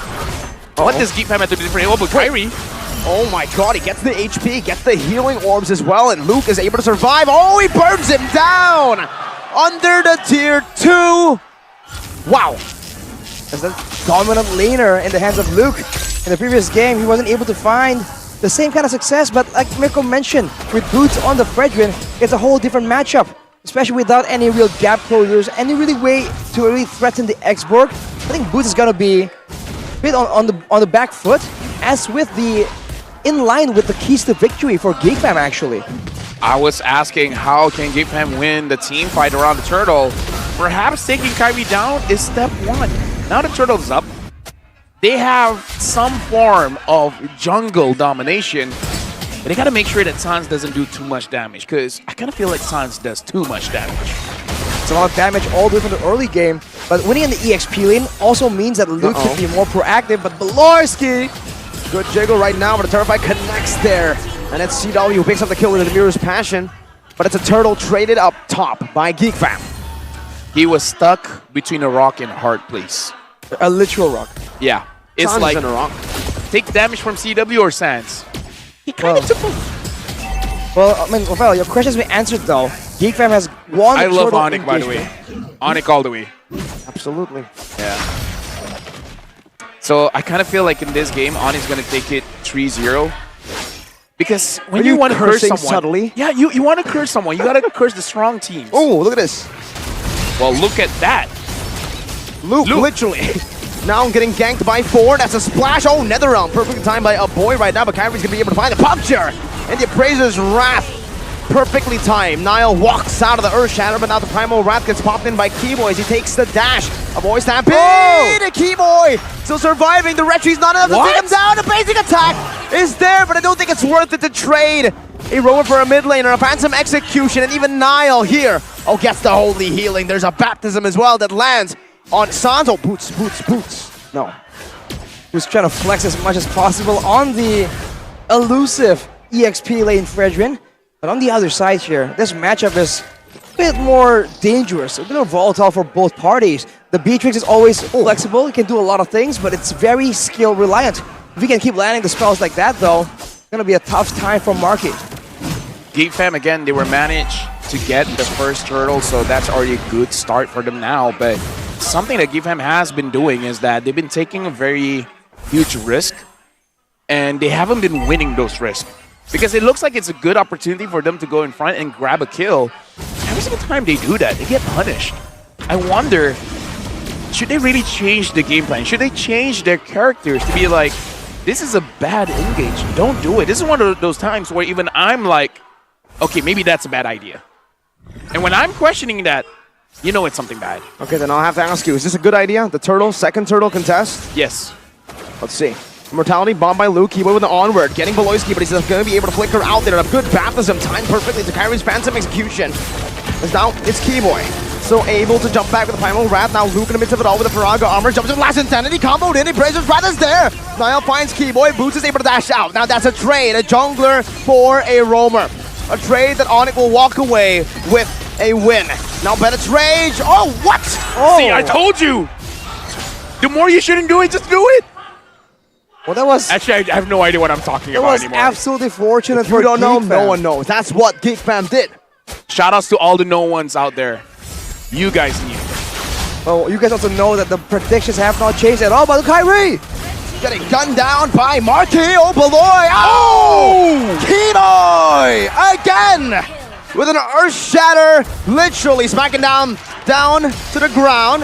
Keyboy gets the Primal Wrath to save CW. That was close. Just like that, the orange buff gets stolen away by Niall as well. And wow, that fight earlier was so weird, man. Onyx were going at it, and Kyrie was just staying in the back, and eventually he was using his spells on the turtle, as if he's disconnected from the rest of them. I wonder what that's about. But that's definitely in favor of GeekFam. Right now, GeekFam, small lead. But how do they capitalize? Luke looks more comfortable in this matchup compared to the previous one. So is this potentially a mistake coming in from Onyx, switching it up, getting the Fredrin on the EXP? For now, looking at the audience prediction, 77% is on for Onyx. 77 is a huge number, but GeekFam has beaten the odds before. They can't do it again, but everything needs to be perfect. We saw earlier that one mistake will mean that everything starts cascading down. So even if they do make a risky play, they need to have the safety measures, right? To ensure that even if they do lose out, they don't lose out on everything at the same time. The problem is Arashi. They need to make a perfect play, but no one is perfect. Shoutouts to all the no ones out there. All the imperfect men out there. And women. And women. And etc. Etc. Isn't that right, Michael? The MICC is open to everyone, by the way. Mobile Legends Indonesia Community Cup, and everybody can join in. Luke is joining in the party. So is Kyrie. Oh. That almost connected, man. That Holy Baptism predict from below. He flickered forward for that, but he didn't find Kyrie.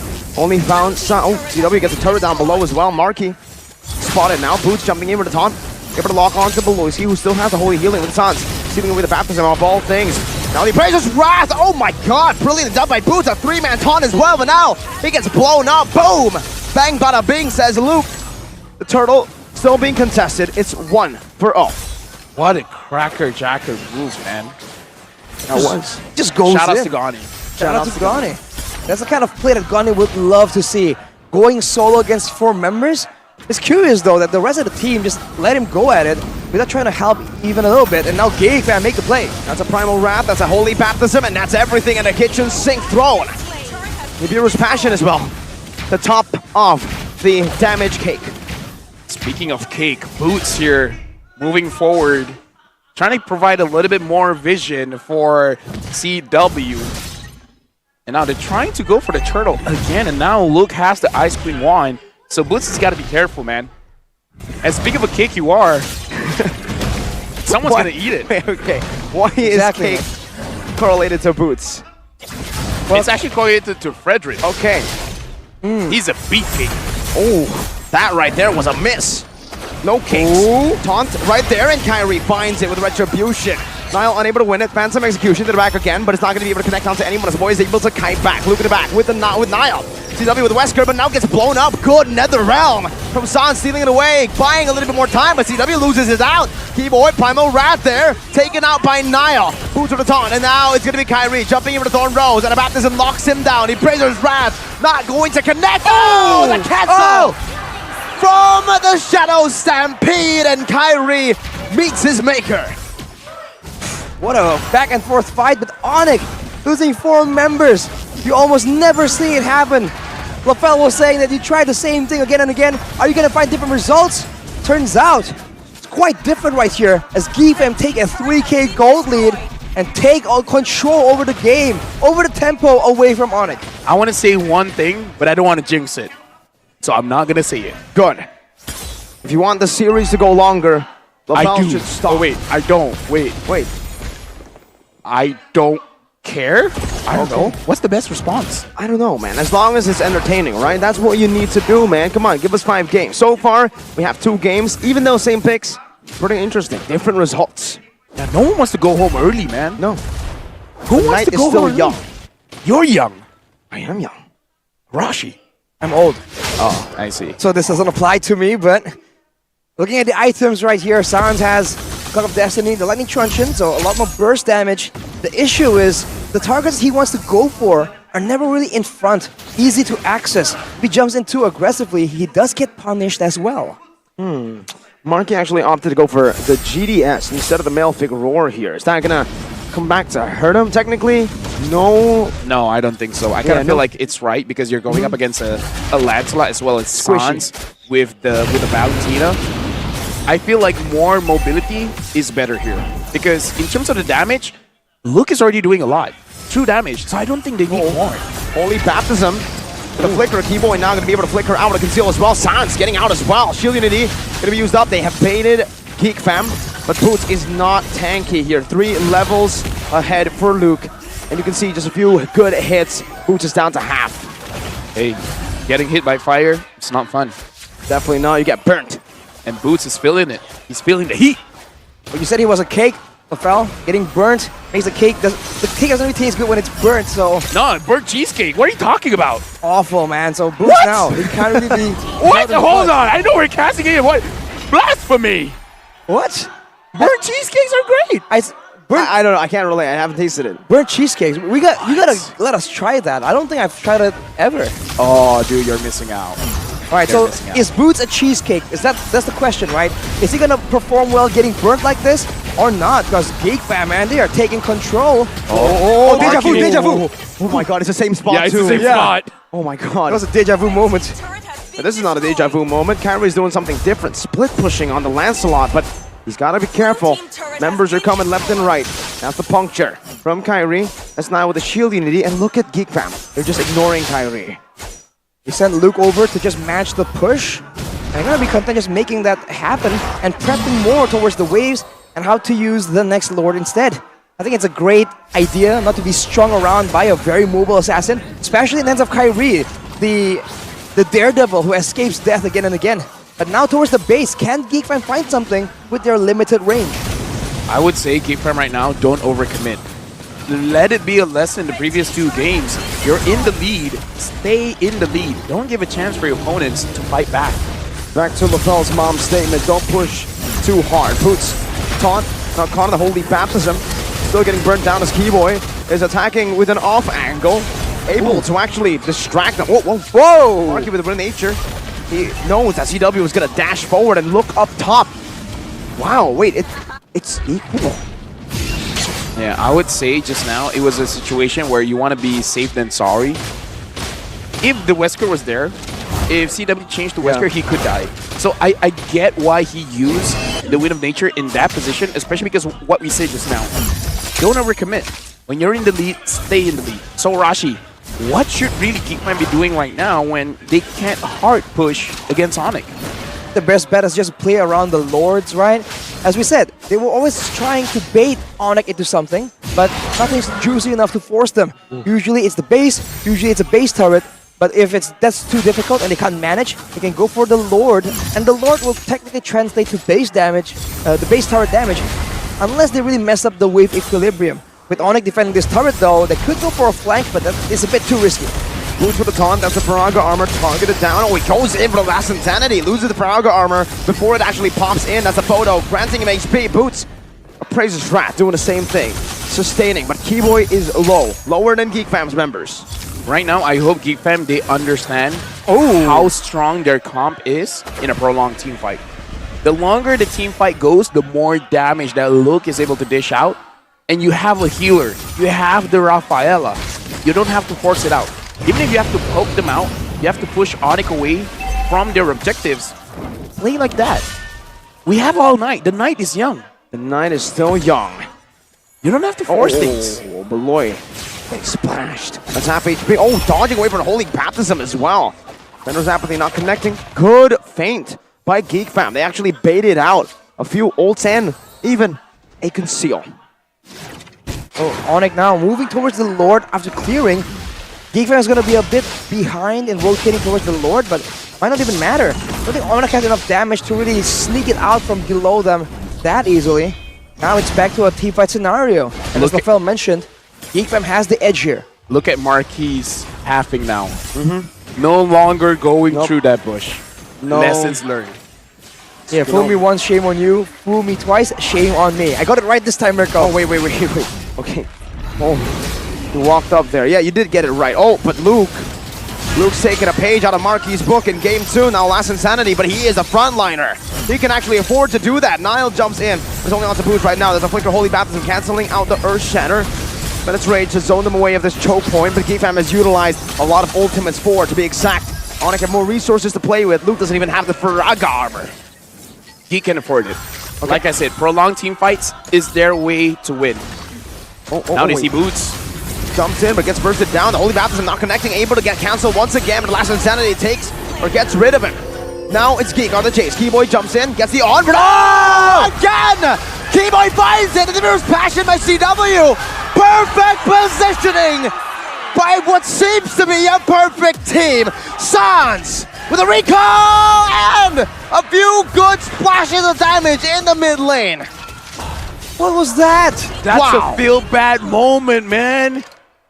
The only member that could not have died. No way. Marquis. They marked him. Kuchin Marquis.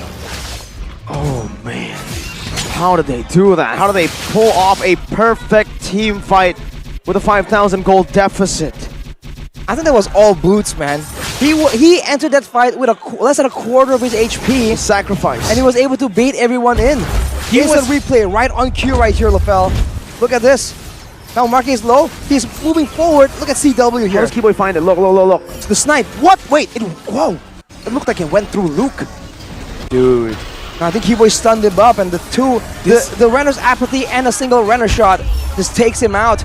That's the versatility of the Beatrix, man. That is dangerous. But with the Lord now. This is why Boots is the cake.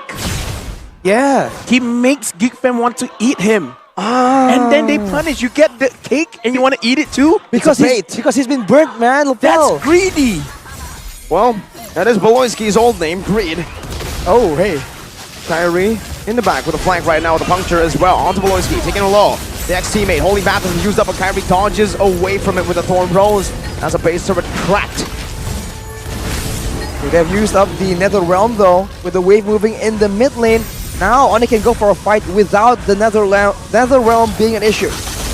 Another siege in the mid lane this time. CW with that range should be able to take it down, and yes, he does. 2 turrets now down in the base of GeekFam. They try desperately to defend, but once looked like a 5,000 gold lead that can give them their first victory this series has turned around entirely. It's just, it amazes me.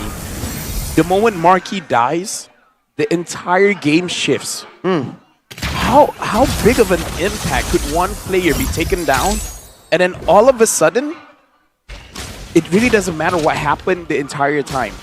The last 18 minutes. A switch just flipped. And this kind of shows, I would say, the weakness of the draft coming in from GeekFam. The moment Marquis is no longer there, the entire draft crumbles. You don't have enough damage. You don't have a winning condition. I think that's the price of going for so much survivability.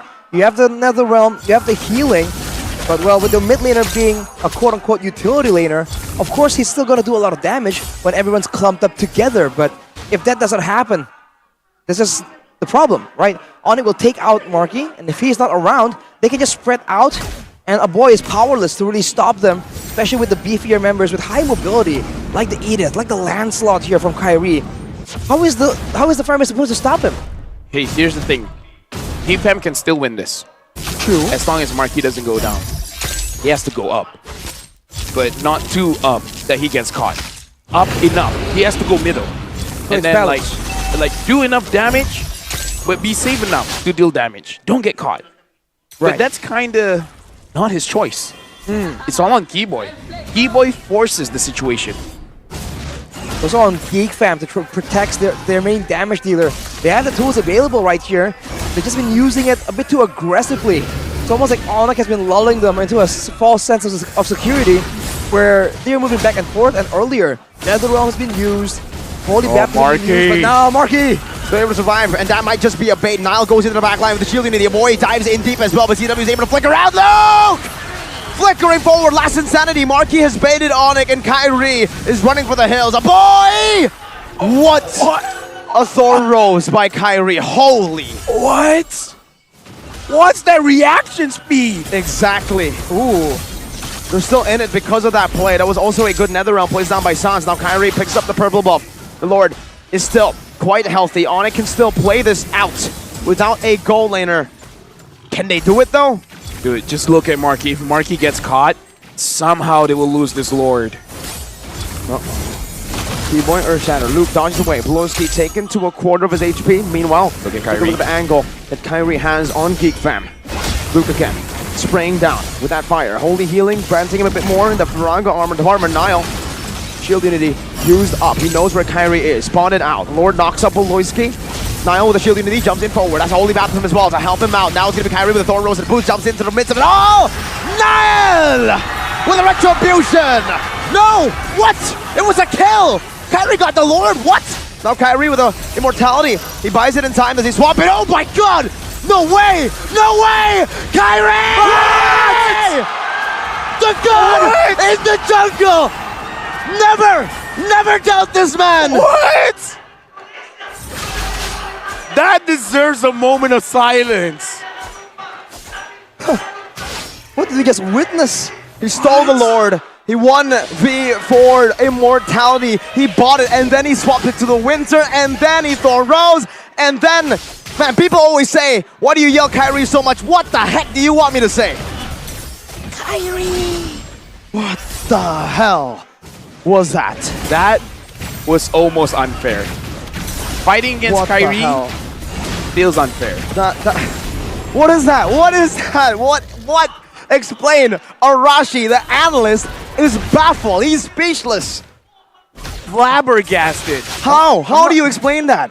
I think that was beyond science, man. Oh you can't my really bring out God. numbers and calculations Oh my lord. That's when you bring up after, God. after you see that. Yeah, maybe. Maybe it's divine will of some sorts, but fortunately for Geek Fam, they're able to clear out the Lord. And Onyx losing multiple members means that they can't really go for a decisive end. So it's back to the stalemate. But we saw that Onyx, they have played around with the urgency of Geek Fam to deal with the opposite side of the map, pushing because of the waves. Now with the base tower still available in the bot side, that would no longer be the case. Every single time Marquis jumps in front, my heart skips a beat. But not in a good way. Nope. Niall. Number 2. Oh, what the heck? Where did that damage come from? Was that CW? It has to be, right? Is he dealing true damage now? Who else can do that? Yeah, no one else. What? Yeah, no one else. I mean, maybe Kyrie and Sans, if they time their skills exactly at the same time, maybe. No way, not to a tank, I think. This is Kyrie. He does the impossible. True. He's Kai the Impossible Re. No, not No, that's he already not. has a nickname. He's the one. So Kyrie the one re? Yeah, You just Kyrie the one Re. Oh, There are two Kyrie the Re's one in his Re? name. Kyrie Re. yeah. Like Coach Yep, Kyrie, you know? Yeah, Coach Yep, Kyrie Riri. Coach Yep. Coach Yep. Yeah, sorry, my Oh, bad. now Key Boy is actually getting engaged on. Earth Shatter boots with a quick swing of the sword. Swords are fast. Okay, wait, how do you swap the items that fast? I'm sorry. I have I'm still no thinking idea. about it. I have no idea. Because he bought the immortality. He bought it first. Usually when you buy immortality, that's it, right? You use everything, and then, dude, he knows the exact position Miracle. of every single item. He bought the immortality. During that duration, he buys the win. Oh my god. Dude, as What a the roamer, heck? I have a simpler way to do it, where it's like, you use your conceal, you sell it, and then get the favor. That sounds like an easy thing, but even I can't do that. But to be fair, I'm not really the best example, am I? No one really is except for Kyrie. Well, here we are, ladies and gentlemen, in the same situation. Bottom wave very cleverly set up to slow push all the way from the side of Onyx, where Geek Fam can't really dictate how the wave moves. Now it's pushing towards Geek Fam, and it's the same situation that Geek Fam has more to lose. It's not only the end, not only the base, it's also the base turret. Oh!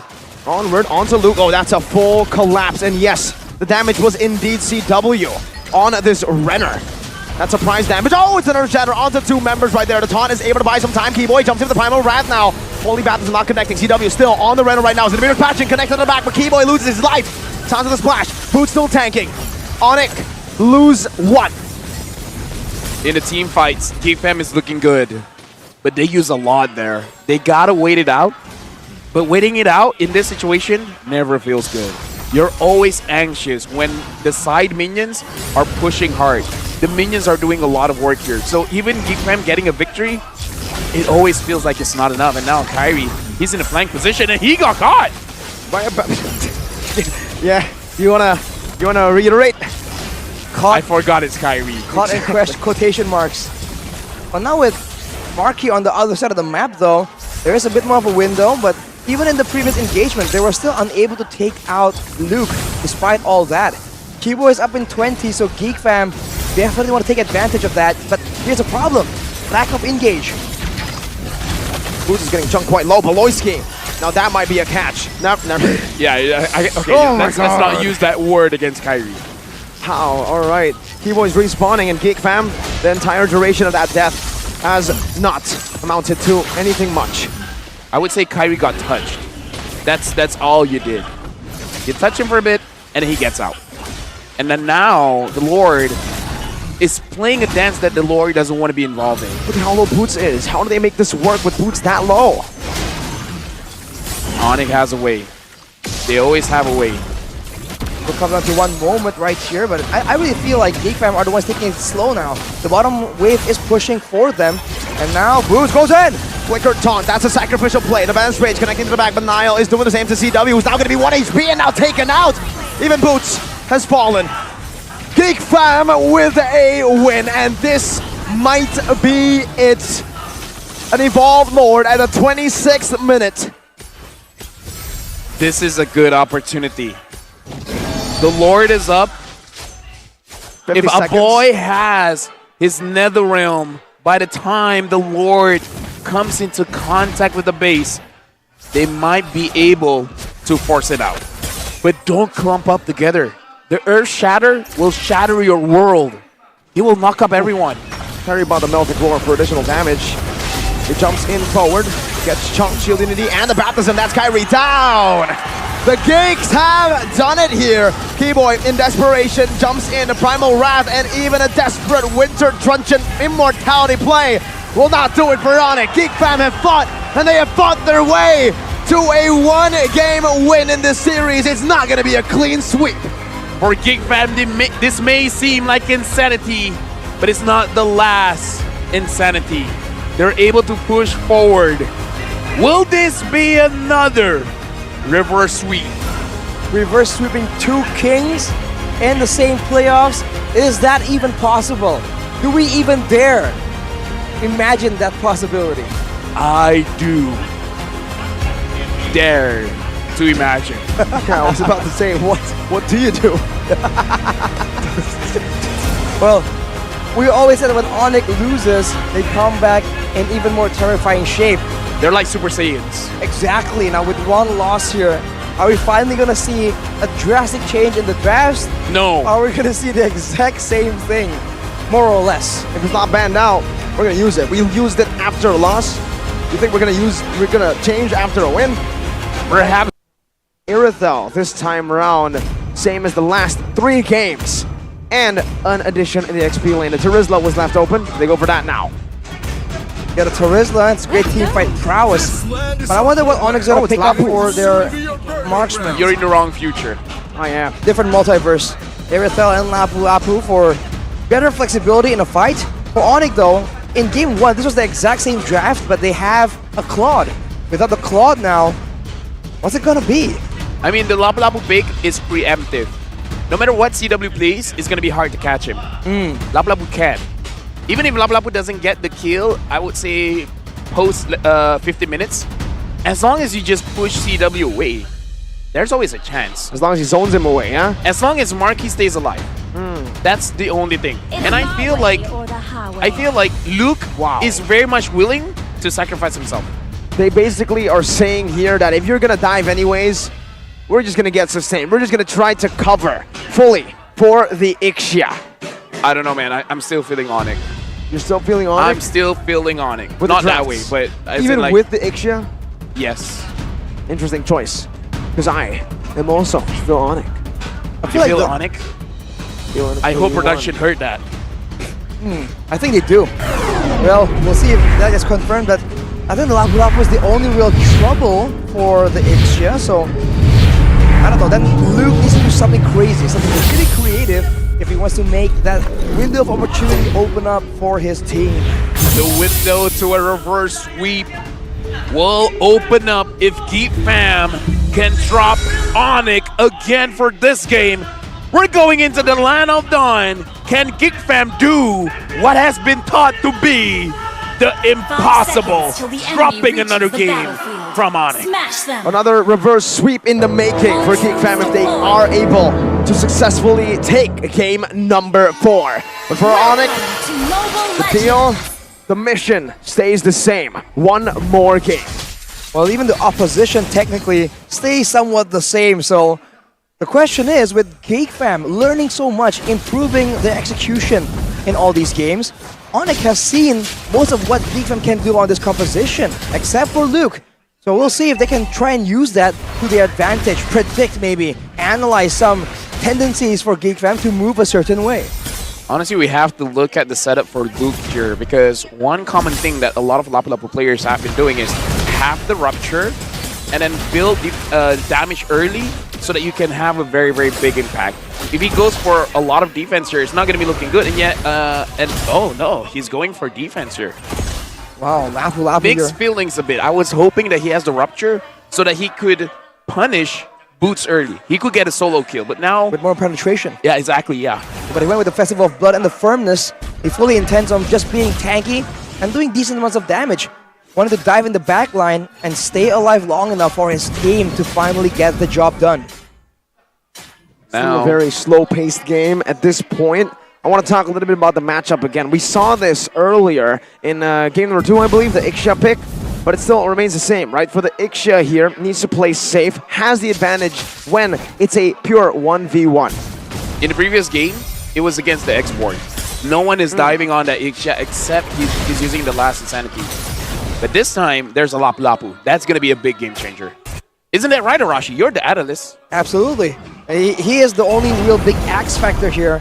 But maybe, right, with that obvious answer on the table, maybe then Onyx was not overlooking some of the other players. Maybe then Beloyski can do something crazy and catch CW off guard. The turtle fight brewing though, Kyrie getting jumped on. Yep, has to use the taunt and the dash defensively. Boots is doing a good job at hiding them back though.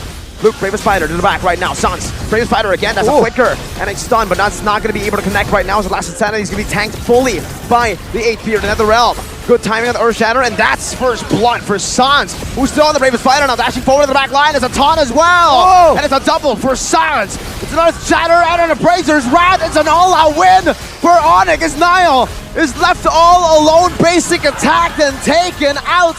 4, make it 5 for 0. I'm sorry, but this is kind of why I don't like firmness here for Luke, because against the X-Board, true damage, your firmness is kind of like a waste of a slot. Well, every time you criticize something, the opposite happens. How is that possible, LaFell? What is this? Is it possible to learn this power? If it just happens in Malaysia, cool, but now I'm doing it in Indonesia. I'm sorry, Kyrie. It's okay. He says he is a generous god. He is? I think so. I think, well, yeah. So he will judge me? No, he won't judge you.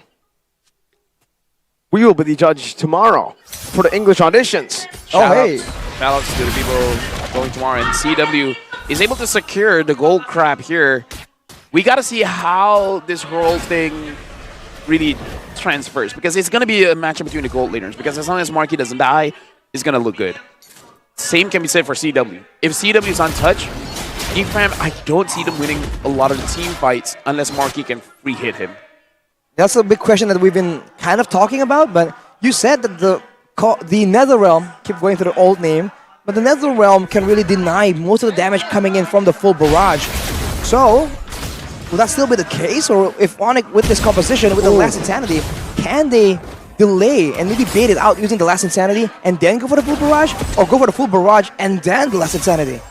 I would say, because here's the added advantage for the full barrage, it's not just damage. Hold on, look. In the 1v2 now, he's gone rid of the Paraga armor, so Boots can't really use his Last Insanity, but yeah, that's all. He gets out a 2v1 that doesn't amount to anything, but Onyx still are holding on to that 1.7k gold lead. Going back to my point, the full barrage gives extra range for the first and second skill, so you have a layer of crowd control. Right. So that's where part of the thing that makes Ixia so good is that you open the cone. It's not just damage, but some level of crowd control. So that's why the Netherrealm can help you out with that. When you can't move, you don't take much damage. That's another realm defensively used up. Nile also to push Hans. Onyx doing a good job at controlling this turtle pit for now, but Nile goes to pursue Unity, and there you go! That's Nile with an opening from Beloy. Raven Spider to the back line, CW with a full barrage, doing a lot of damage. Last Insanity, and the Appraiser's Wrath, everything in the kitchen sink thrown! CW still sustaining against Luke. One more hit, he gets HP, flickers out. Luke gets the kill, but a boy has the flicker forward into 3 Onyx members. I still say kind of worth. Taking down CW, sure, 2 people had to die, but kind of worth. KW. I feel like they lost way more than 2 people right there, though.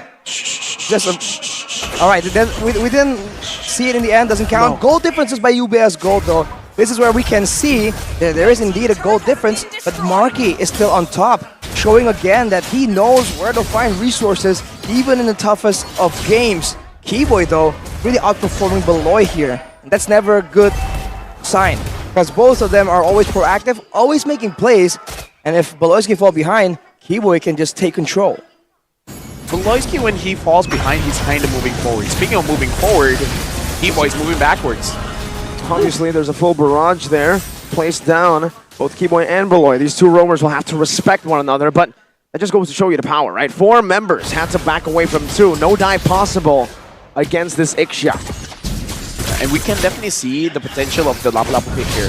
CW had to play way more defensively than how he would want to. So I kind of feel like we're seeing the potential, even though Onyx is at a very justifiable good lead here. But now they got Beloyski. Oh, that's a good combo, but another realm saves him now, and Beloyski is able to get the healing back in for the team. Another nether realm responded over. Luke with some good damage now onto Keyboy. The armor connects, but Luke dishes out enough damage to the Marquis to take him down. Now Boots is in the midst of it all, jumps in with last Insanity. Beloyski should fall here, but a good flicker saves him. Full barrage, not positioned perfectly. GeekFam get out with a win. That's the kiting from GeekFam's composition, the speed. Like the flash of the Oasis completed. More shielding as well when you're low. Marky though, wow, feeling brave right there, braving multiple members of Onyx. But this is the problem. Onyx now can't really keep GeekFam in place if they're forced to use the bulk of their skills to initially bait out the Nether Realm. Okay, like, to be fair, it was potentially going to be very cool, right? But not enough damage just yet. Onyx pulling the turtle to their own side. Beloyski, I think he doesn't know that he is in vision of an Onyx. No, just a pixel away from that bush. Oh, Nile. Oh. Pinch down, now taunted, earth shatter. That's ping pong playing with Nile as the ball. Look at the back though, Bravest Fighter going to be used up right now on the CW, who's now going to be taking all of that damage. Flickers out of the way, but it's a flicker as well from Luke. Meanwhile, on the other side of the map, it's Luke, it's Nile who falls to the hands of Boots with that big explosion.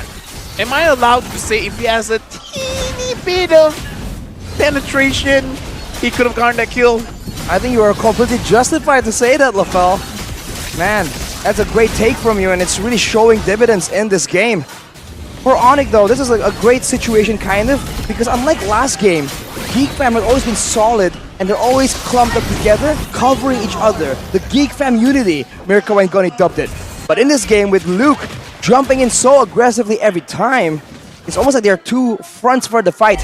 And if Luke can't really get the job done, it's gonna get even more difficult for GeekFam because they don't have the same AoE combo they can rely on in those tight situations. You want to know how me and Gonny came up with that name, LaFell? Well, not really, but go ahead. It's what they call their fans, the GeekFam unity. So we just put in the GeekFam and the unity of their composition. Well, you also mentioned that also might be a problem. It's a full barrage, and they're going to be zoned away from their base. But yes, when they clump up together like this, then they lose out on that macro flexibility. You have already mentioned this before in their matchup against Bigatron.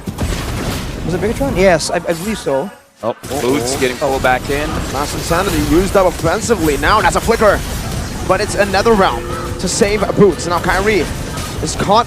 Nile going to be able to get rid of that Nether Realm HP. Nile with the Tortoises Poissons walking forward, shielding the onto Sans as well, who's going to be forced to flicker out.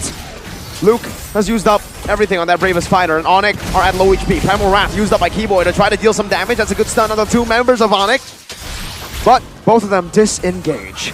The Nether Realm is really causing the fights here to prolong way more than it really should, because the amount of damage is actually pretty good coming in from both sides. It's just that they both have ways to make sure that they just don't die. And GeekFam, again, like, as long as Marky doesn't die, it's gonna look good. So I'm gonna stop talking about it because it might happen. It'll happen, yeah. If you say it enough, LaFell, it'll happen. Okay, so even though he doesn't have the Rupture, at least he has the Fury Hammer here alongside with the Bloodless Axe. So more survivability, but at this point it really does seem, because if you want to go for CW, maybe one extra person has to help you out just to secure a kill. Like, you yourself, you can zone them away, but getting the kill, maybe like just one basic attack from anyone might be able to be enough. Well, the question is, who is that gonna be? I think the ideal partner would be a boy, or Marky can do it, but you know that would be probably too risky for Marky. But now with Flickers burning the bot side, the top side, good fight breaks out. Oh no, Marky able to purify out of that one. Now it's just a slow build of this front to back. Concealed play by Keyboy. Looking for a pick, but unable to find it. Nile, with that mobility, just walks around, jiggles around. Not gonna lie, I was worried for Marky there. Yeah. So I'm not gonna talk anything about him. He's a cool guy. I'm sure it's very nice. And he has a GDS now. That's gonna be okay. I'm not gonna say it's good or bad. Okay. I'm gonna say it's okay. Neutral answer. Yes. Yeah. It's just a fact, right? He has it. Solid. Yeah. That's it. He just has it. I won't even say solid. Oh, All right. Even I think that's too much positive? for me. Yeah, too positive, yeah. All right. We'll see how this neutral item will do in the next fight. It's definitely one of the items of all time. One of the items, yes. Yeah, of all one time. of the items of all time. I mean, you're it's- right on that It's part. an item of all time, yeah. It is an item of all time. The greatest? No, just an item. Yeah. Not the greatest Dragon Spear, an average Dragon Spear. Ah, man. And now the Lord getting pulled by Nail. Kyrie is there showing his face. And Marky is going for the orange buff first. We really got to look at, no pun intended, look. If he's able to get onto CW, even if Onyx secures the Lord, it might be a win for Geek Fam. But the boy positioning aggressively there. You almost wonder if he's going to go for the play, right? Try and catch him off. But since it's a Holy Crystal, boots with the Immortal. So now if you thought that his X-Borg is annoying, it's about to get even worse right here as he has that second chance at surviving. Now the Lord is getting pulled by Kyrie. Oh, look. Looks like he's getting targeted my by a bit. God. Backside. They find Beloy, they find the healer, they find the guy who plays the main part in these long team fights. Okay, boy. Earth Shatter only on denial. That's Boost getting rid of the Netherrealm HP, zoning them away. Full barrage. A boy flickers out. Another Netherrealm comes in as a Stampede grants a boy his safety. Luke is looking for the hero play, but gets terrified in. He's using the Raven Spider to sustain just a bit as Niall walks in forward. The hero play for Niall. He needs to save the game. Does he do it? He does! Niall! But now with a Terrify, it doesn't matter. They get the Lord, but Onyx fights and bites and bites. When I said Onyx could get the Lord, but Geek Fam could win, it's the reverse. Yes. Geek Fam got the We Lord, noticed. but Onyx won.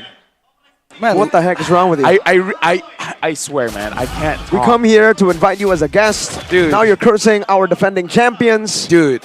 and our new contenders of M5. Hey, you're welcome. I mean, it is competitive. It is fun. So, you know what? I'll let them keep doing it as long as it doesn't get boring. But how is that even possible? I have no idea, man. I thought It's it was the a Malaysian exact thing. opposite of someone else getting the Lord and then they instantly lose. You're right. Rashi, you're the analyst. I don't know how you're going to explain this, but how? I'm the color caster, but now I'm just casting black and white. Because it's like doom and gloom. it's also like yes or no, right? Win or lose. You decided as well. As you know, Man. I'm gray. Yo, what? I'm very unclear. I'm gray. Oh, you're great. Gray. We'll see if we can find a great team fight right here. Geek Fam going for it. Only on Boots, that baptism connected. Boots will be able to zone them away. Earth Shatter launched away from Niall. In the front now, taking a lot of damage. But no, the Holy Healing gets him back to very, very healthy. Oh, tier 2 in the mid lane, taken down. Full barrage from CW. Even a flicker. Whoa, committed in by Chewe. Marky gets some good damage on that mid lane face. I gotta ask you, Marco. How does it feel as a gold laner? Your entire team tells you, do whatever you want, just don't die. Oh, but before that, E-Boy, can he catch them? Oh my god, that's a lot of good combos in, but no damage for now because the Netherrealm has neutralized it. Bottom lane, they're gonna have to take care of it. The housekeeping for Onyx. Even though it was interrupted, but again, try to tell us the mindset of Marky now. It's like, you're doing good, but you also have to just not die. 2-0. He hasn't died so far. Oh wait, I just talked about not talking about it. Let's Oh, talk about Boots. Boots. Let's talk about Boots. He's also. He's Well, a Sons as well. good guy Boots. Good guy Boots. Good He guy knows- Boots. Wait, you say good guy Boost. He's gonna go and be a tyrant in the Land of Dawn, man. Gotta be careful. We've seen it before. Where mean- a good guy Boots and he just whacks 3 people at the same time. I mean, you can be a tyrant and a good guy as well. Oh. Or you can't. What does tyrant even mean? Like, tyrant refers to, like, in the dictionary as a unkind ruler. But I see. I might be wrong, though. I'm an analyst, Not not a ruler, be linguist. unkind. They're used to make straight lines. A ruler. Oh, my lord. Oh, now I get it. Took you a while, old man. Hey, shut up. Now, the Lord. Oh, well, then he'll keep talking. All right. That's the curse, man. Oh, no. Well, the wave is pushing, kind of. I think it's going to push in favor of Geek Fam, though. That's a defensive heavy crossbow used up. I heard that grunt from Lavelle. As Marky had to use that. No, because I'm feeling for the guy. He's stressful. His shoulders must be stiff. He can't die. And now my God. the Lord. The Stampede brings them back. He-Boy with a conceal now. That's a last insanity to slow them down, but it's not going to be enough to connect onto anyone. And now, the health bars. Boots, very low. A boy walks up forward, gets kited back. These team fights have been so long, so fun. But Niall and Kyrie are both at level 15. No advantages here. 50-50! Full barrage coming down. Kyrie secures it. And CW flickers backwards. Luke still jumping into the back. A boy loses his life. Luke, in the midst of it all, making a hero play against CW, but that with nature earlier saved his life, and now it has taken Luke down. Now it's a Lord for Onyx on top of a kill to Luke. What a play right there. Everything happened so fast and everything was reacted to appropriately from GeekFam. But at this point, it might just be how behind they are in gold. It might just be the lack of penetration on Luke to seal the deal for CW. He flickered backwards, gets some more channel time on that full barrage, and that was enough to just swing everything in favor of Onyx. Lord now marching in the bot side. Onyx has a chance right here to go for the end. And now it is a siege once again, but it's only a siege that can be done in the bottom lane. One lane. It has Lord marching down, crashing in. And Onyx have cracked one turret down. GeekFam are fighting for their lives. At this point, I kind of want to see a 100 strike onto Luke. Even if you die, it doesn't matter. Just die. It's okay. Just kill CW. Equalize it.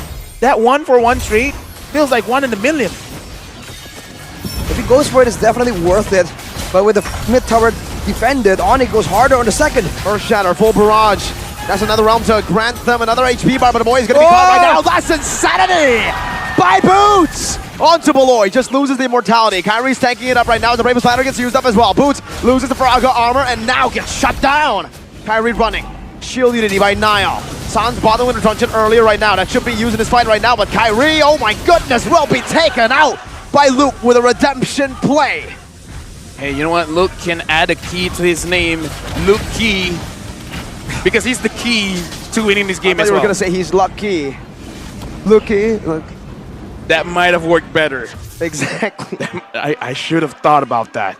It's unfortunate, LaFell, because oh my full barrage! CW flicker! One more hit! Again and again! It's always a hero play from Onyx. I'm so sorry, Luke. The moment I say he was the key. Dude, shut up. Why? Why do you have to curse? He's not a key, he's the GeekFam. lock. Oh man. That is uncanny, man. How is I'm that so even possible? sorry. Oh boy. I have no words. That was a man. That was a 3v5? 3v4? That was a 3v4. They just surprised the GeekFam, and now it's the exact again. It's like a back and forth. It's like a badminton game. And now we'll have to see if GeekFam can again pull barrage from Tewe as he's able to siege down the base turret up top. Now he's giving their shatter connecting onto a boy. Oh! Boy with a flicker play. Holy baptism in, but Niall gets chunked low. A boy. Again, it's a stampede to chase Onyx. And now the Lord is up. A lot on the line here. GeekFam. Again, this is just, every single game feels like a best of one for GeekFam here. They make one mistake, and it's over. You're gonna lose to Onyx. And this is gonna be a difficult dance because this is the Lord here with no inhibitors in their base. It's not pretty for GeekFam. And yes, this is another okay, 100 strike, thank goodness. Boom. All right. We'll see if that solves the problem for Luke. Earlier with the Deathhammers a bit scattered, Onyx were able to take advantage of a 3v5 kind of, right? Going with the full barrage, no trade back in the fight, but now it's a 5v5. Beloyski has no flicker though, and neither does CW for another 10 seconds. Clock is ticking. Big mistake there. Primal Wrath already used, and that's why you see the conceal here.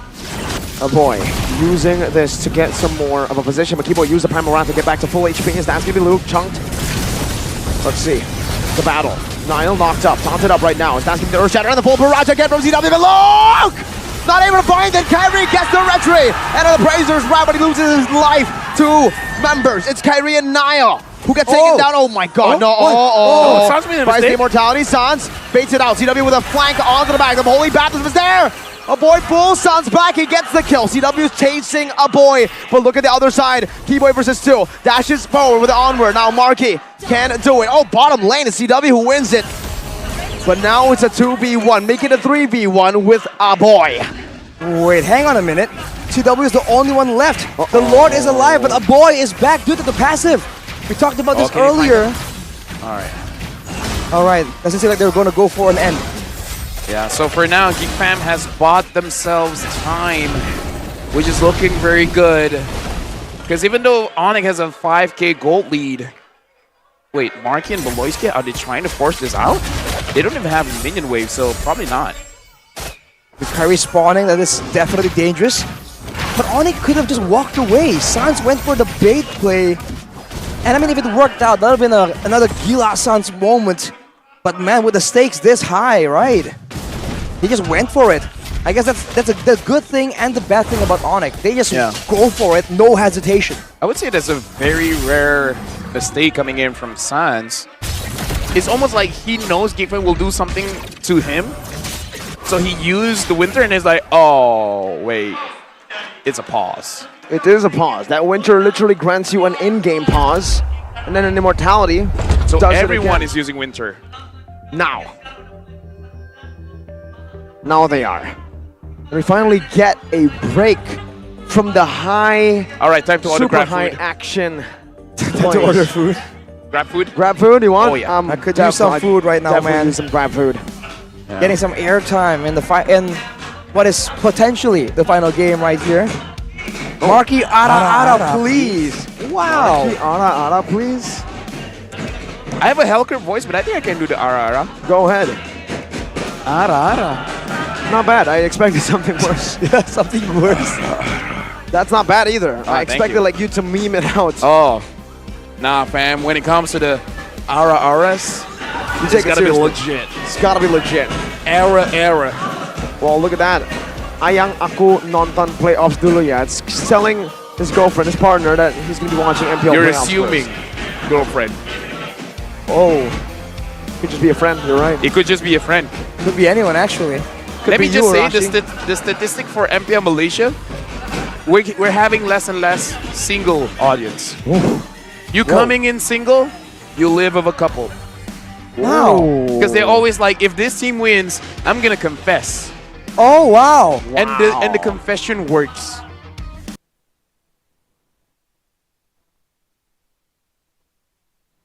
Did. You might be working on us. Can't beat those allegations because you did it yourself. Dude, like, look, listen. If there was a humble competition, I would win. Let's just put it at that. You would win. That's kind of funny actually. Getting knocked out in the first round isn't winning, Lavelle. It's a very different game there. But here, it is Onyx who are playing the long game on the Lord, just dancing with it. It takes 2 to tango, though, so Geek Fam needs to come over if they want to truly dance with the Lord. And it takes T3. Oh, It takes a tree. never mind. Onyx now, they're in a better position. Yeah. CW is not showing his face just yet. The moment Luke sees CW's face, he wants to smash it, but not in that way. So it's getting personal. CW has only died once. So has Sans. So has Marky. Even. Everybody is now no longer deathless. Oof, look at this damage from Boots though. It's just constant hosing him down. And Geek Fam, they don't really have the kind of intelligence. They can't flank to find some vision here. They might be forced into a weird fight. Oh yeah.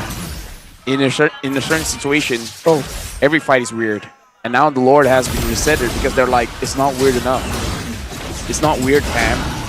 It's Geek Fam. Ooh. Well, this is a great moment for Onyx though, because the wave on top, that was building up from a single wave. Now I think it's consisting of 3 to 4 waves total. There's definitely a big problem, but so is Boots losing the Thraga armor. Geek Fam's got to pull the trigger fast. They got to make a decision. Fight now, or let the minion crumble into their base. Well, we saw what happened when they let the minion crumble in game number 1. It was a segue play by CW, but it was also a different pick. It was a Claude. Now they're looking for that's going to be Keyboy with an onward, knocking Nile down. Kyrie jumping forward right now. Their Lord is at very low HP, and it's Marquet who fights him. The full barrage is there to deny any sort of full commitment. But I think for Geek Fam, that is the biggest W so far this series for them. If this was game number 2, they would have continued to fight. Just saying that. Definitely not ideal for Onyx right there. With everything working towards them, they were the ones who initiated the first move there to break the stalemate. I feel like they should have forced Geek Fam, like you said, Lafell, with the lack of engage to try and do something and maybe overextend for the punish. But they opted for a different situation. Maybe they were trying to catch Geek Fam off guard, but they went for it, and now they're paying the price for that 50-50. And Marky has just been so good at stealing away these Lords. How is he doing this? Here's the solution. That's how. The prophecy is true. The Mar key to victory. Wow. CW already with a flicker. Kyrie holding on the Lord right there, but it's going to be crashing in no matter what you do. Holy Baptism on the Keyboy. Boots right there with full barrage once again. Boots with last insanity, but it's going to be engaged or disengaged from by the side of Geek. The full barrage not enough to zone Geek completely away, but it has taken them to half. Sounds of the splash. Nile running around. That is both these teams disengaging for now, but now it's going to be a conceal for the side of Onyx. Boots still with that fire. 3 base turrets down. First attempt for Geek Fam to drop it down is not enough. Is the second time going to be good? Last insanity to the back. Woloyski doesn't lose his life. That's going to be the immortality bought by Sans as Luke drains it down. Still able to survive. Keyboy loses immortality as well. Oh. Right now the minions coming down into the base. Kyrie holding it off. They're not able to free hit the base right now as that's going to be one more mini wave. A boy getting out. Full barrage from CW. And that's a stun. That's a defense of Onyx a lifetime. A boy respawns back in. CW picks up a double kill. I'm lost for words. That full barrage prevented Geek Fam of having the possibility of getting the reverse sweep then and there. Now the odds are even. No team has an The odds are even indeed. No CW with an immortality. Kyrie saving him. Rose Gold Meteor bought by CW, but it's not going to be enough for him to survive. A boy puts his foot down as he shuts him down. Keyboy, Kyrie, and Boots. 3 members against the 3 members of Geek. It's an all-out brawl. Luke is waiting for the cooldown on that Bravest Spider. That's the Earth Shatter and the Primal Wrath connecting, and then the Razor's Wrath as well. Winter Truncheon bot. Luke buys the immortality. Last Insanity connected to the bag, but it's a boy who finds the kill. The sustain is not enough. Boots buys the Winter Truncheon, kites them back. Kyrie in the midst of it all, taunts them up, and disengaged for the team. Running away. The Stampede to chase him once again. Pulls him back. Holy Baptism. But Kyrie used the Retribution. Kyrie's running away. Another Baptism comes out. Kyrie trying to sustain, trying to survive the Holy Healing. The Bravest Spider, everything in unison used up to Kyrie. Still surviving. What the heck is this man built of?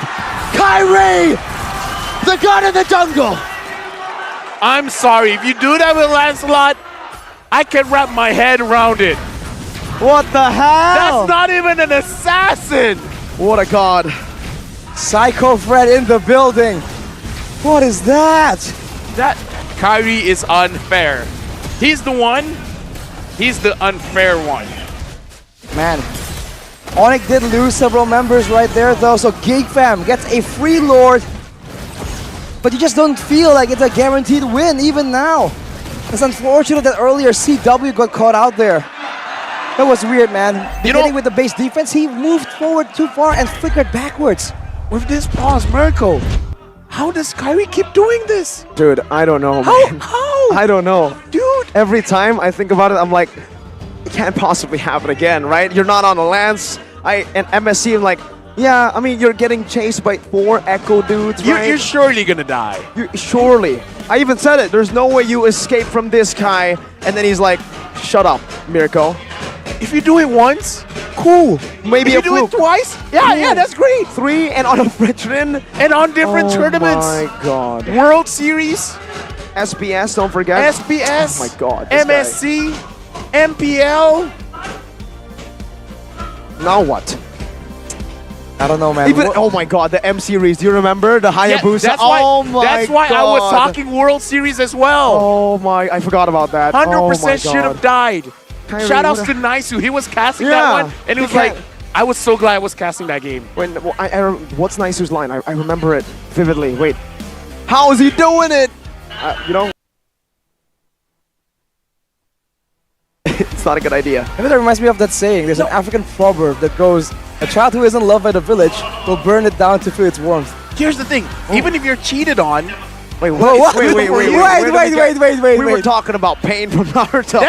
What is going on? no, after you get cheated on, you get hot.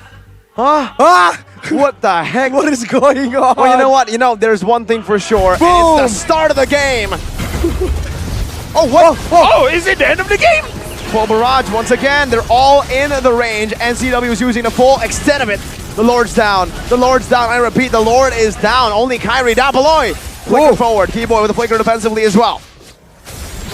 And now Sans taking quite a lot of damage. Mid-wave. Is this going to be enough? Last Insanity by Boots right now. A desperate play right now with SKBCW in the back. Once again, trying to clear the waves. Keyboy jumping forward, onward as well, but the base is wide open. Sans flickers backwards as well. This is a big defense, but they're all very targeted. And Geek Fam have equalized against Onic. One slot to M5 hasn't been confirmed. No! We craved for game number 5. We got our wishes. Geek Fam, one more win to make this a reverse sweep. If Geek Fam does it, they deserve to go to M5. Pick heavy con. It's very risky, but I like it when teams take risks. Oh! No way. Signature Kyrie. He did it on the Lancelot. He did it on the Fredrin. What can he do on the Link? Dude, I just gotta say, I was kind of setting it up on game number 4. The fact that Marquee is always a problem. Someone has to dive. Someone has to take down Marquee. Now this game number 5,